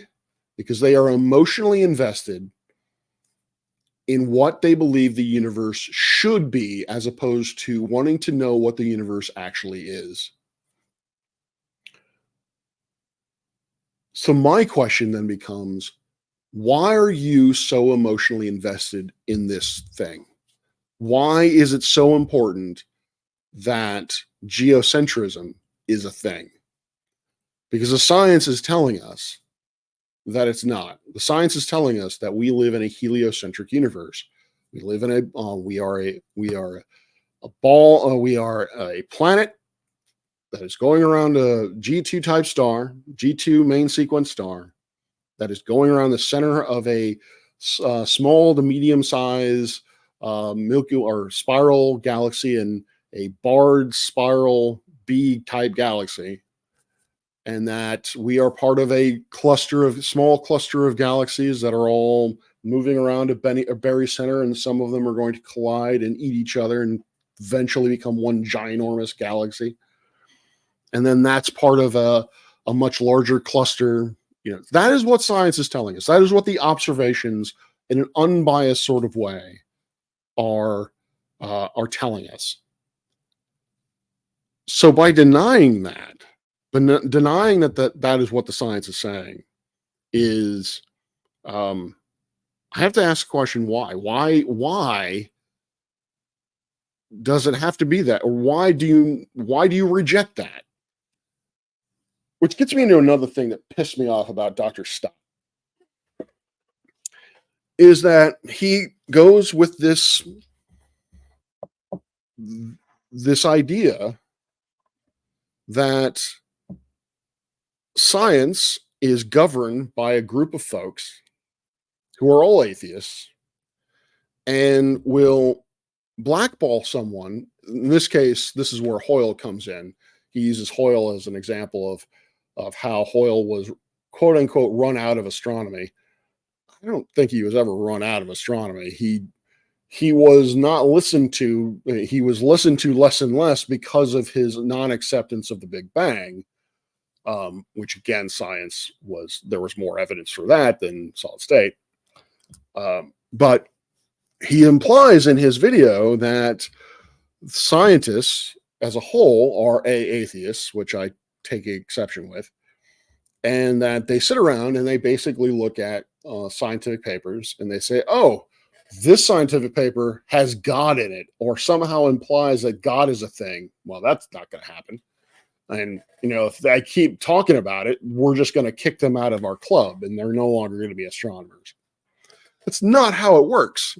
That is not how that works, folks. That is not how science works. That would indicate an organization to the scientific community that just isn't fucking there.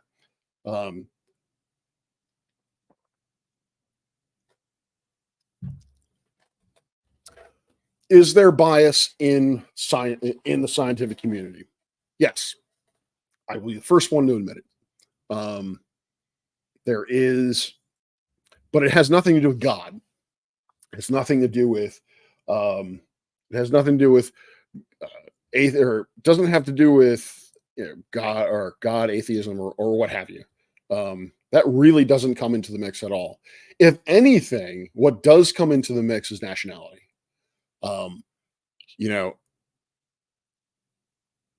I was chastised.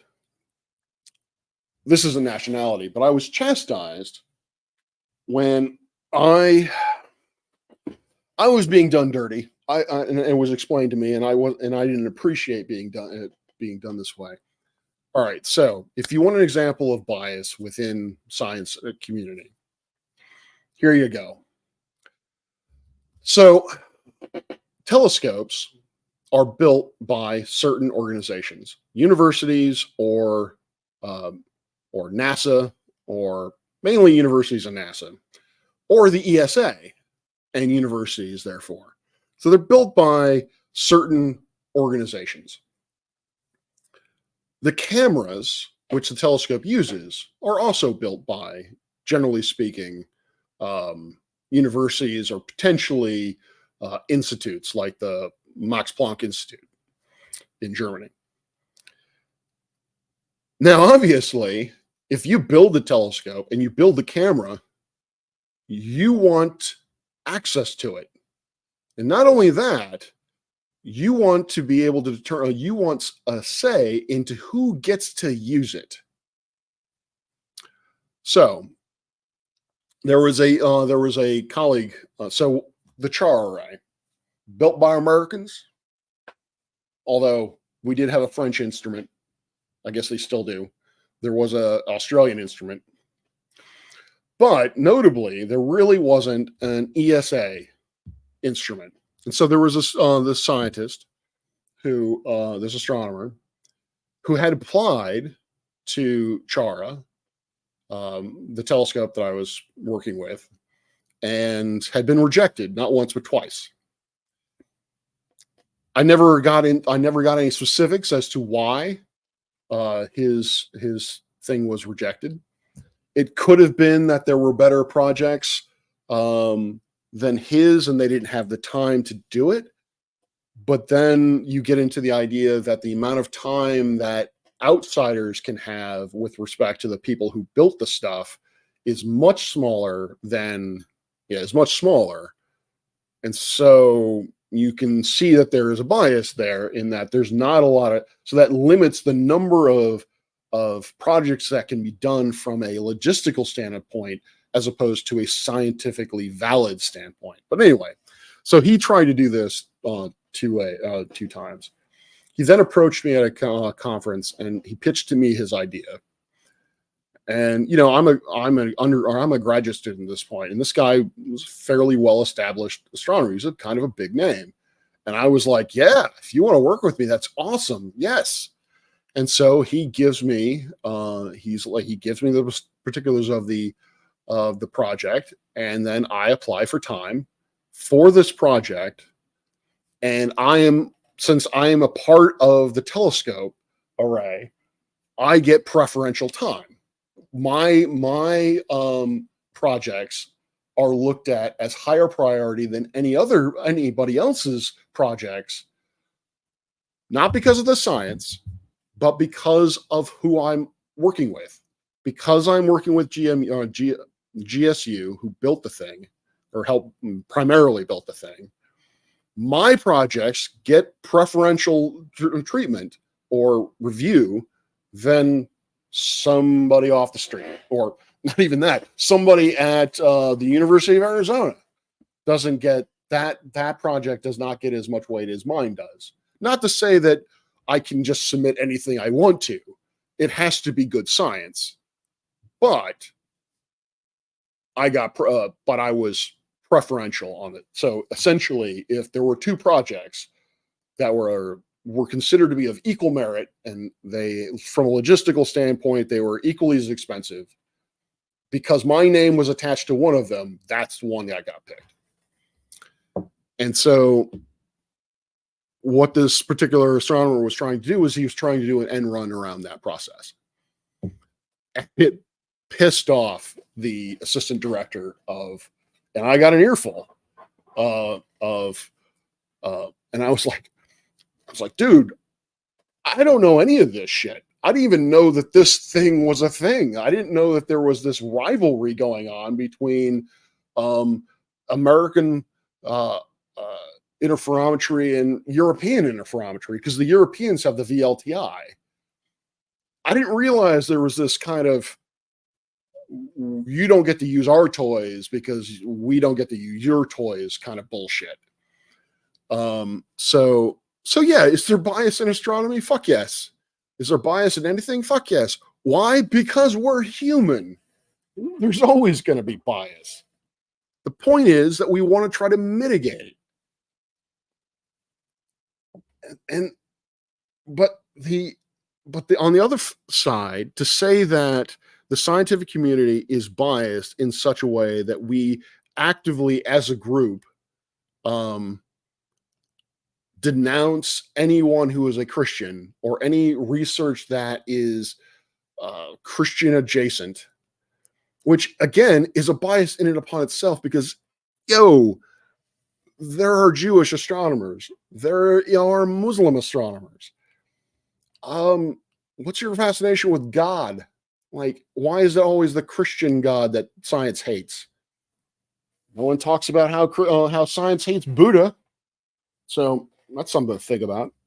So this idea that science is actively thinking that, actively putting it away, and kind of going back to Dr. Stoddy, the question was whether or not an atheist can use the scientific method. Dr. Stotts basically said no, because the underpinnings, even though he put up the scientific method by the rough framework that everyone uses, observation, hypothesis, test, blah, blah, blah, blah, blah. Even though he put that up, and even though in that method, God is not mentioned once, because of the whole Francis Bacon thing, he believes that the scientific method is Christian. And if you are not Christian, then you cannot use it properly for reasons. Because if you do not believe in an intelligent designer, specifically the God of Christianity, the God of the Bible, then you cannot possibly interpret your results properly. Which, where was I going with this? I've already complained about the fact that it's not Bacon's scientific method that's been developed over and over again. Where's it? Shit, I forgot where I was going with that. But I think I can tie it in. I think I can save this train of thought. Is that, wow, there's too much light. Is that he brings in Thomas Kuhn, which I'm a huge fan of Dr. Kuhn. Dr. Kuhn had wrote in my opinion, a seminal work on the philosophy of scientific progression. Doesn't get into it's not like Popper, where Popper starts to critiques how science is done at a local level. From my understanding, I still need to read Popper's book which is up there somewhere. Kuhn talks about the evolution of science as a whole over time. And he uses the idea of paradigms, that there are certain paradigms in science which are long lasting. Examples of this are geocentrism, the phlogiston theory of chemistry, or whatever the hell it was. I don't know. I'm not a chemist. Evolution, relativity.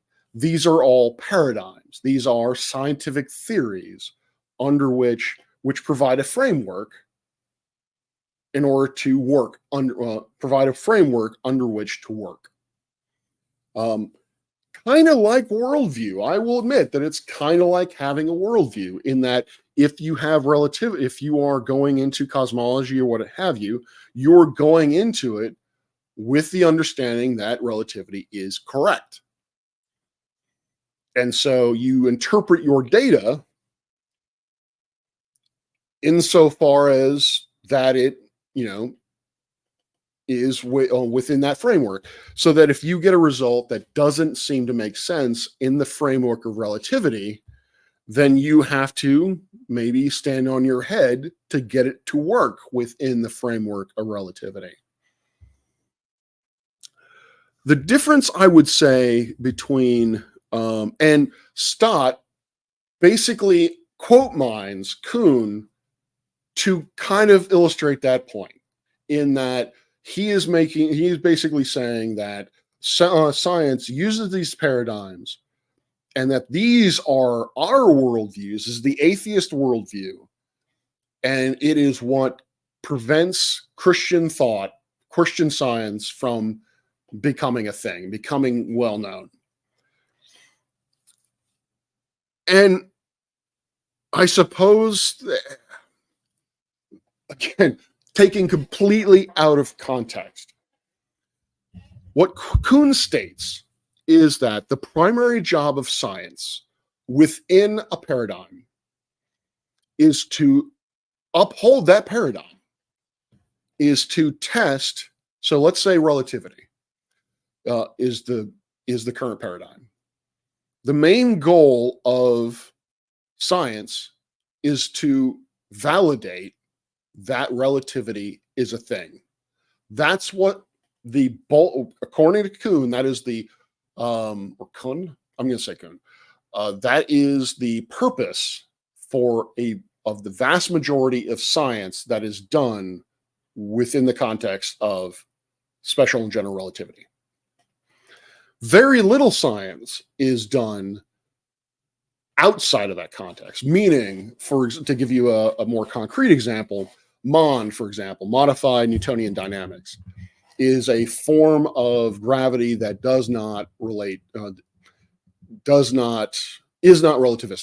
or at least does not have the same underpinnings as Einstein. Within the paradigm concept, very little research is actually done that is outside of that paradigm. So there is very little research that is done to validate, to see whether or not MOND is a thing, because everyone is basically riding the same train. They are doing their same thing. But, and this is the part that Stott did not go into, or did not quote, is that a crucial part of this entire process is paradigm shifts. It's scientific revolutions. Is that a paradigm will move forward in science and will chug along. Most everybody will be doing the same sorts of things from a principle standpoint of trying to verify that what we believe is true is actually true, until cracks form, until you get experiments where you have people standing on their head to get it to work within the framework, to get it to work within that paradigm. Those cracks will eventually cause the paradigm to break. In that, eventually, somebody will be fed up with, or clever enough, with all of these Band-Aid patches being made to the current paradigm to get it to continue to function. And that person will be like, and will be clever enough to say, no, no, no, we need this. So I'm smiling because this is going towards Aether, is that, the whole speed of light thing with Newtonian dynamics, or Newtonian, or with, I'm doing it now, with classical mechanics. This idea of the ether coming up to explain how light communicates things, is that light needs a medium through which to propagate, because there must be an absolute frame of reference from which everything works, because that's how classical mechanics is set up. And when the Michelson-Morley experiment came out and said, nope, there is no, the ether is not moving relative to the Earth. Therefore, your absolute frame, if it's still there, has to be moving with the Earth, and you now need to explain why that's a thing.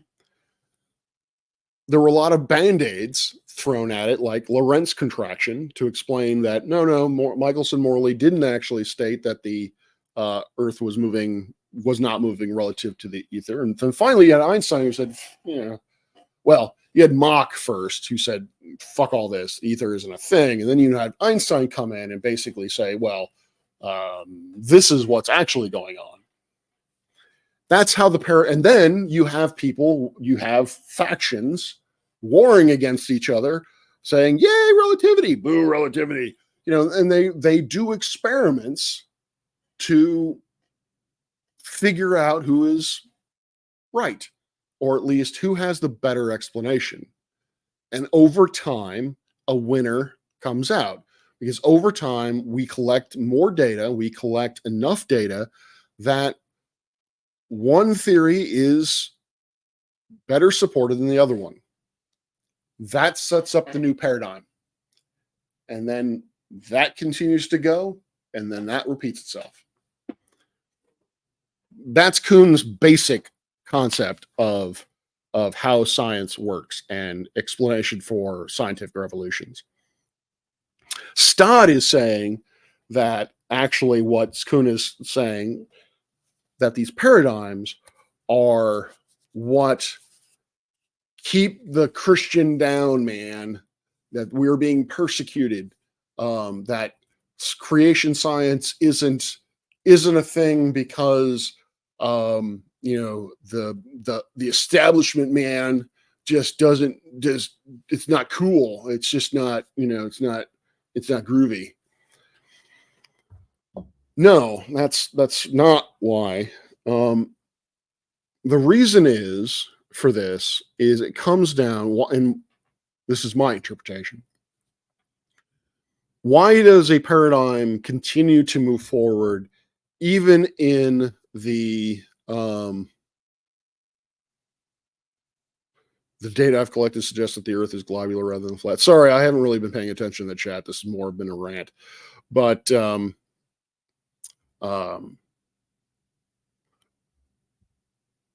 the reason why the paradigm holds like it does, why, if we accept that Kuhn is onto something, and that science does work to perpetuate the current science, the current theory, that the science moves to perpetuate the current theoretical framework. If we take that if we accept that, then why do we do this? What is the motivation for being resistant to change? We fear change. Sorry, Wayne's World. Why is it that science seems to fear change? Why does it seem to not want to pay attention to fringe voices or voices that are disparate?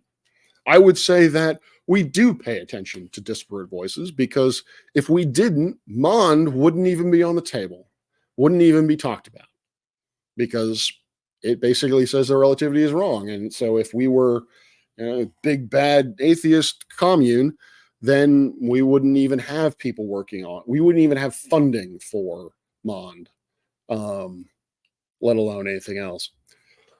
The reason why we do this is because, and I think, well, I saw this somewhere. Maybe Scott talked about it. I'm not sure. Is that if you want, and this goes out to all you Aether folks, if you want relativity, if you want people to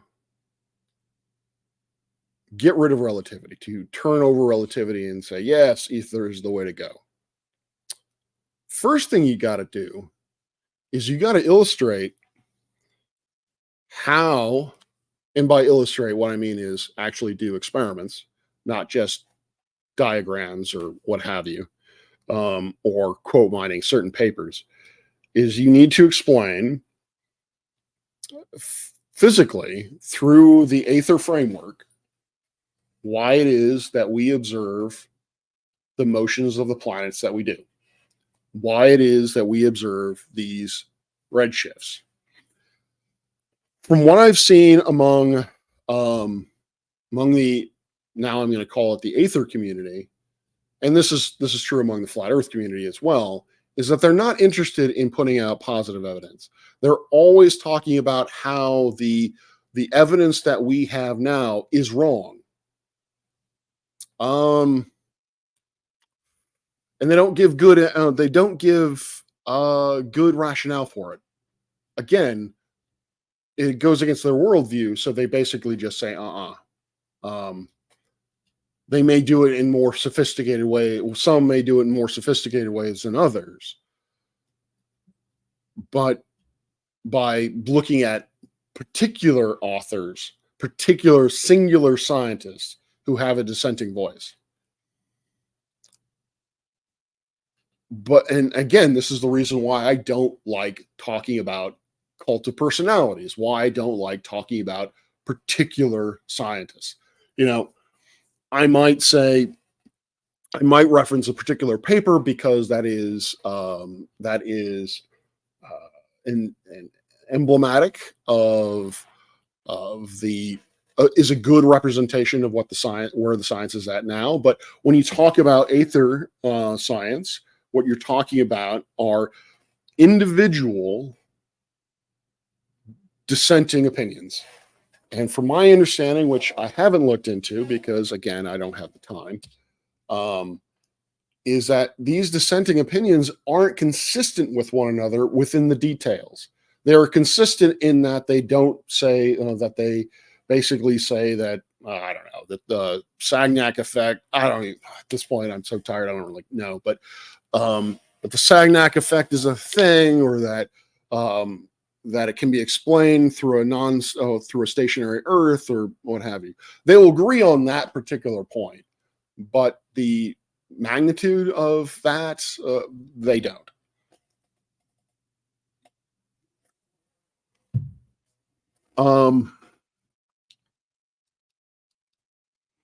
So the reason why we are resistant to change, while we fear change, is that any new idea, particularly a paradigm shifting idea,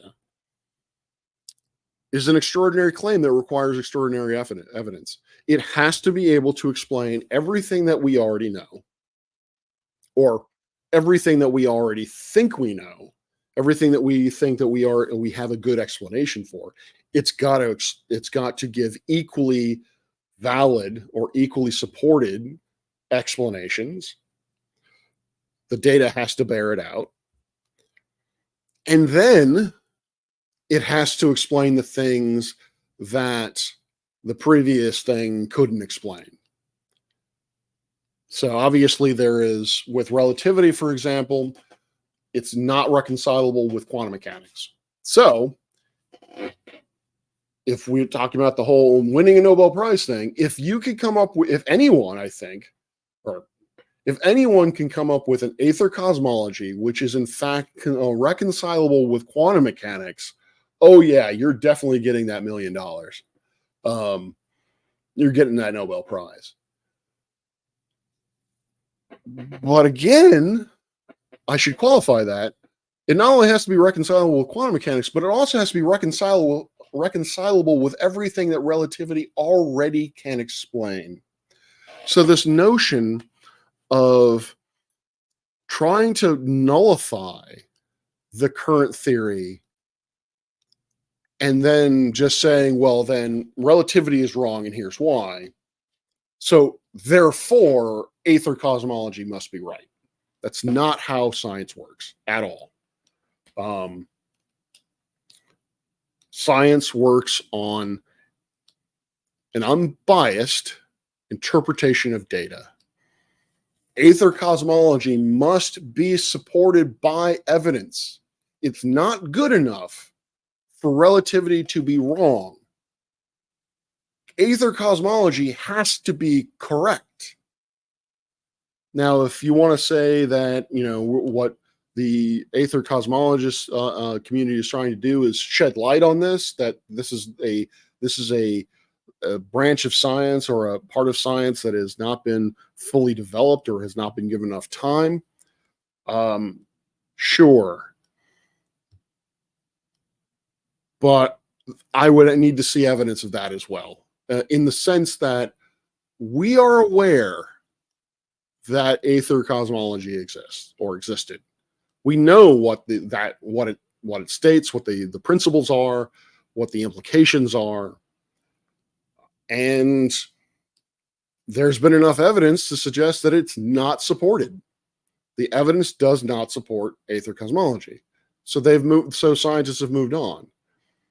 So this idea that you need to advocate for a theory to be looked at sort of implies that we haven't already looked at it. And if you are implying that we have looked at it, and again, there is some creepy the room of hooded individuals that basically say, nope, we don't like that because that goes against what we believe in, our worldview, then I will need to see evidence of that. Well, first off, I need to know who they are. The quintessential question of science skepticism. Who is they? Once we know who they is, we can then talk about motivation for why that is. So, all right. Well, my headache has gotten much, much worse. Who knew that ranting at early in the morning would make getting one's blood pressure spiking would make one's headache worse. So, yeah. I think this tired me out, but it certainly doesn't make me, or hasn't made me feel. It's made me feel physically worse. But I think I've gotten all this crap out of my system.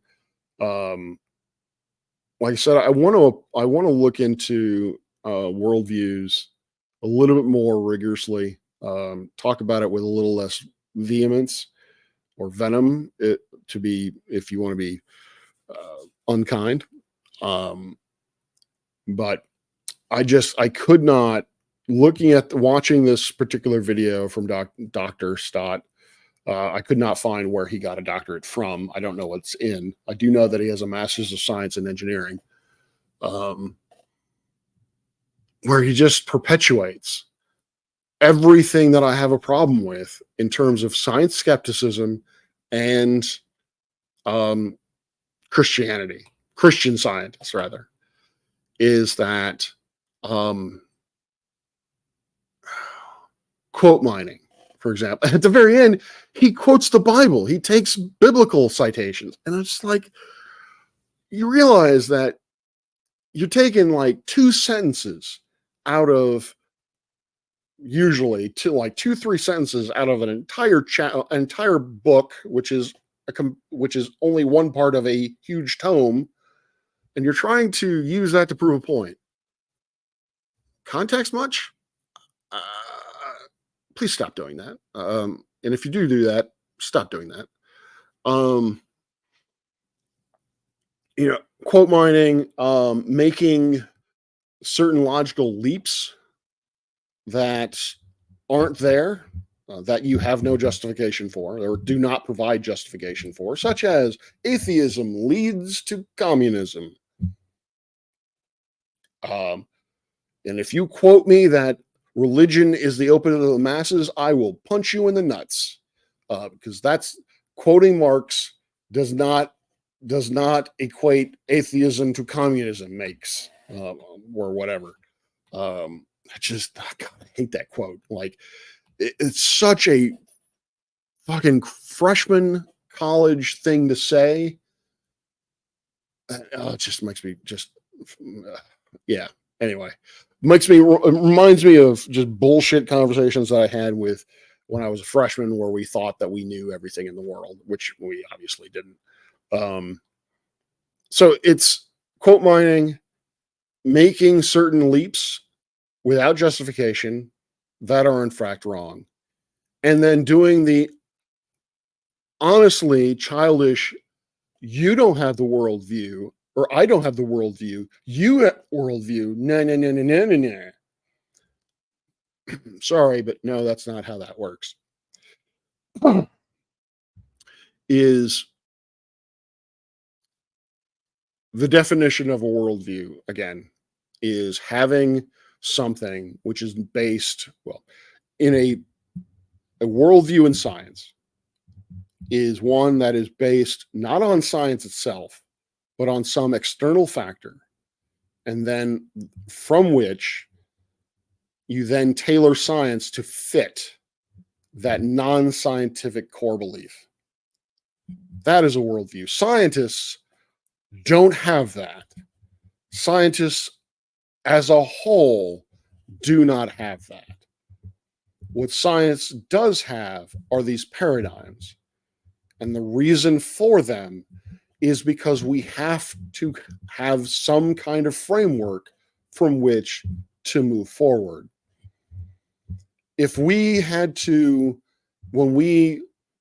if you were to look at the early universe, some portion of the early universe, and you were to basically, you would not compare it to Big Bang cosmology because it's got holes in it. You wouldn't compare it to that because it's not true. Then I don't know how you go forward. What are you comparing it to? Where does it fit? How does this one piece of evidence compare to all of the other pieces of evidence? Because that's essentially what a paradigm is, what a theory is a way to relate disparate phenomenon under one umbrella. We aren't creating, the worldview is not taken from somewhere else. The theory has been created by each of these little observations. It comes from science. So this idea that is, I see this again and again, and honestly, I'm just losing all of my patience for it, is that confusing a paradigm, confusing a scientific theory with a framework or with a worldview is wrong. They are not the same thing. What is this? The other thing, and this is kind of tied to it, and this is the last thing I'll say before I sign off, is science is not a religious belief. We don't have faith in science. I have faith in the people who do science. So when they publish in reputable journals, then I have faith that the process has worked and that what I'm reading in that particular journal is valid, is worth reading it. And I will give it not just the benefit of the doubt, but I will accept what they're saying is honest and is honest. I may disagree with how they've interpreted the data that they have presented, perfectly fine, but I'm not going to say that it's wrong. I'm not going to say that the methodology they used is not right. without having some reason for it, having some having some empirical reason for why I believe that their method is wrong.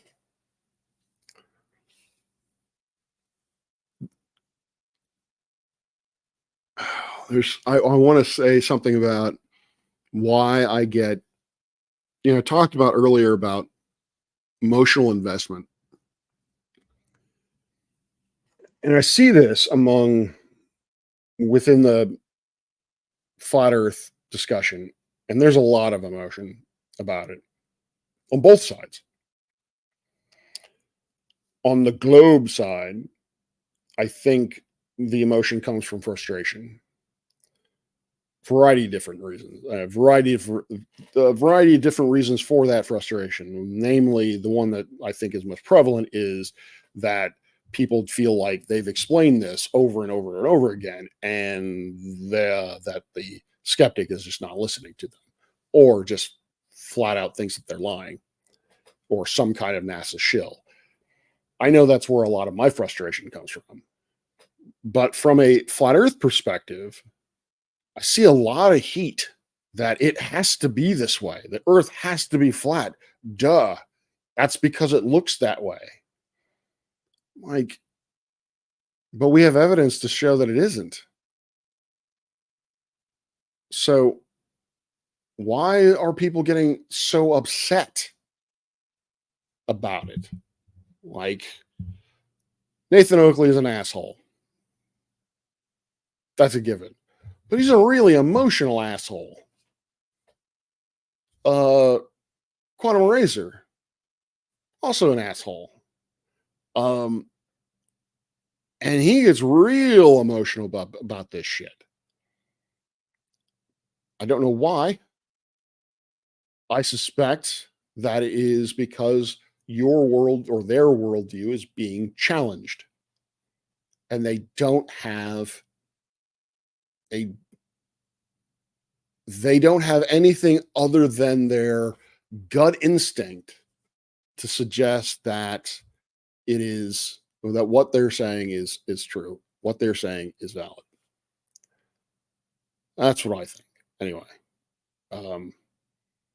But yeah, I have something to say about, one of the other things I get triggered about is when people equate scientists to having faith, going back to that, because to me, faith is so much more than that. Faith is so much just have such larger moral implications than the way that it is being bandied about. When you say that a science is a religion, that we only have faith in what science tells us, I have serious moral problems with that, or not moral rather, but theological problems with that, because I know what science is. I know fairly much I really know what science is because I do it. I've been doing it. Not so much now, but I used to do it a lot. Now I'm mainly I mainly teach. And I've been a part of organized religion, multiple organized religions. One not so organized well, I should say a couple of organized religions, one not as organized as the other one. So I think I have a fairly good idea of how religion works, or at least religious institutions work. God, they don't work the same way. Not in any way whatsoever. And it does a discredit to religion to say that science is a religion. I'm not in the right framework to say that, or say why, or articulate that in any real way. But it really, really fucking bugs me because when I hear that science is a religion, I'm like, no. Religion is far more important than that. Science is awesome. I love science. I loves me some science. I loves me that we can look at the universe, we can look at creation, and we can determine how it operates. And we can do so we can see its amazing complexity. We can look at things, we can look at something that happened billions of years ago and know how a galaxy formed billions of years ago. Granted, we don't know it very well, but we have some idea of what happened somewhere in space billions of years ago. Like, so that to me is amazing. We know how DNA works. We know about things about how particles interact with each other that are orders of magnitude smaller than we have ever experienced. You know, subatomic particles that we know, or we have some idea or description of an electron cloud around a nucleus. To me, that is unfathomably cool. That just amazes the shit out of me. But when it comes to religion, when it comes to the topic of the divine, it doesn't even compare to that. Because for me, the topic of the divine, God, goes to the essence of who we are and how we are going to exist throughout eternity. So comparing it to science is a disservice to religion. And I realize that not everyone feels that way. That's fine. But that's my perspective, is I would really wish people would stop doing it, particularly Christians would stop doing it, because that, to me, it's kind of like, tell me you know nothing about Christianity without telling me you know nothing about Christianity. Or tell me that you know nothing about what a religion is, what it is to actually have faith, without telling me you don't know what it is to actually have faith. So yeah, I don't know why, but it disgusts me, and it triggers me. And this dude, Dr. Stott, whoo, yeah. Part of me really wants to go through his catalog, as I've said, and just rip into it. I mean, shit, he's apparently got something to say about climate change, relativity and common sense. Woo, that's going to go badly. A farewell to astronomy. Yeah, I would love to go through science. Really? All right. Foucault's pendulum. Jesus, he's just hitting. Whoops. He's just hitting all of the favorites, the classics. I wouldn't be surprised if I see Black Swan in here somewhere. I really want to go through it, and I really want to tear into it, because it's personal to me. Because it's just such a perversion of religion. Sonny is drinking water. So yes, for reasons which I don't kind of explain. No, I can't explain. I had water bowls out for my cats, but they would inevitably get food in the water bowl, and I was tired of dealing with that. So I was going away one trip, and I just was like, I don't have, they'll need more water than this water bowl can hold. So I just put out a solo cup of water for them, and they drank out of it. And I'm like, well, fuck it, let's just do this, because food never gets in there. I don't know what it is, but yeah. My orange kitty, I've heard that there is one orange kitty brain cell and they share it among the rest of them.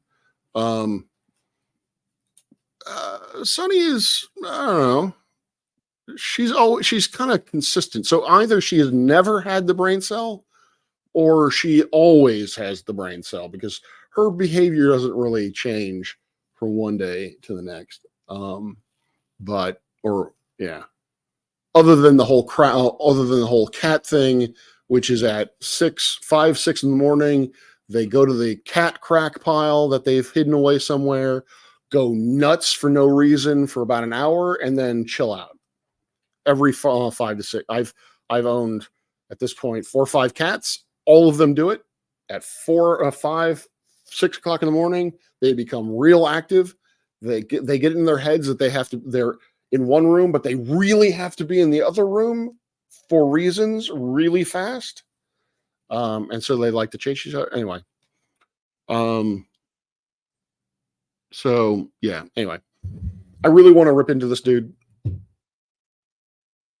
That is the baser part of me that really wants to rip into this dude, because I realize the reason why I want to rip into this dude is because I am offended by, one, his smarmy attitude, and 2, because that is not how I think Christians should be. There you go. My problem. I want Christians to be a certain way, and when I see them not be a certain way, it fucking pisses me off. And that's on me. And so, yes, I will not rip into this dude. I have better things to do. I have more, I have a lot of better things to do. So I probably won't get into it, but I won't do that. But I want to. I just really, really, really want to. And I tell myself that somebody has to. I think it would be because right now, you have, for the most part, you have atheists or anti-theist debunkers who are talking about these folks, and it then the conversation gets warped into, oh, you're an atheist, so obviously you're wrong. Oh, you're a Christian, well, obviously you're a moron. It doesn't get into it stops being about the facts. It starts being about whether or not you believe in God. So I almost feel as if I'm duty bound as a man of faith, as a Christian, to combat this sort of shit, because you can't, that statement cannot be factually applied to me. They can't call me an atheist. I mean, I guess they can say that I'm not really a Christian, which that's probably what they would say, and I would have to deal with that. But I feel almost what's the word I'm looking for? A call to discipleship to combat this kind of nonsense. And yes, I will say nonsense. And, I have been, I think, very, when it comes to science skepticism, all opinions are valid. All points of view are valid. But NDT comes into mind. There is an objective truth.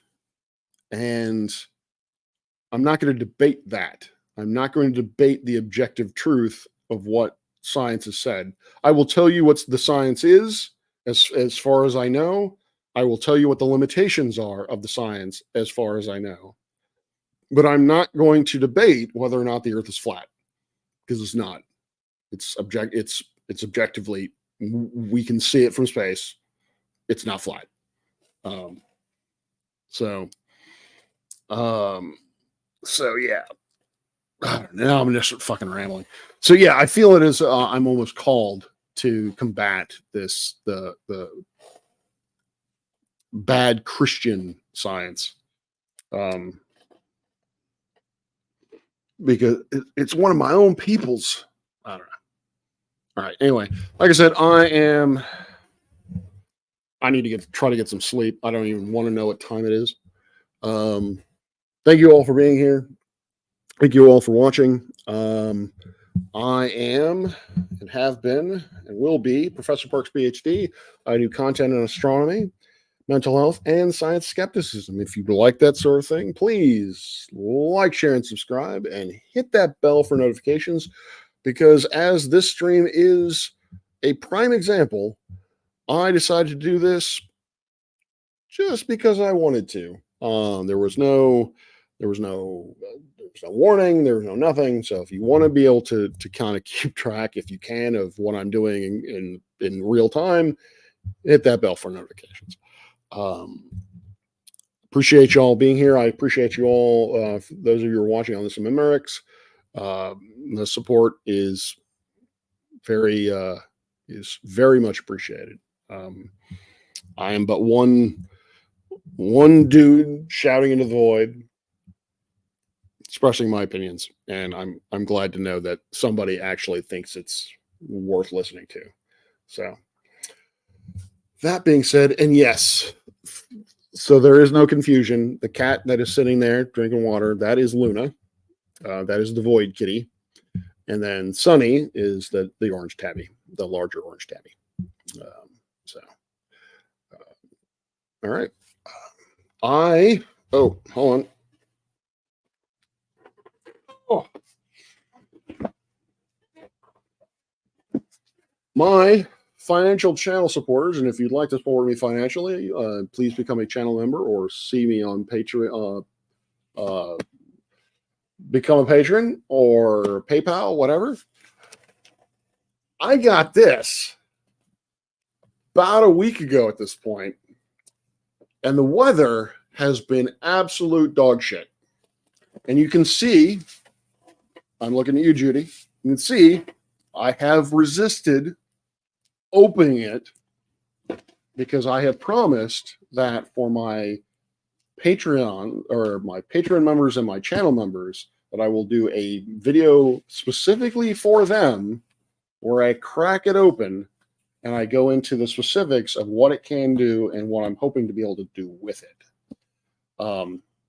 But because the weather has been shit, and because really honestly my mood and physical condition have been shit, I have not been able to do so. And I think maybe Luna's been getting at it.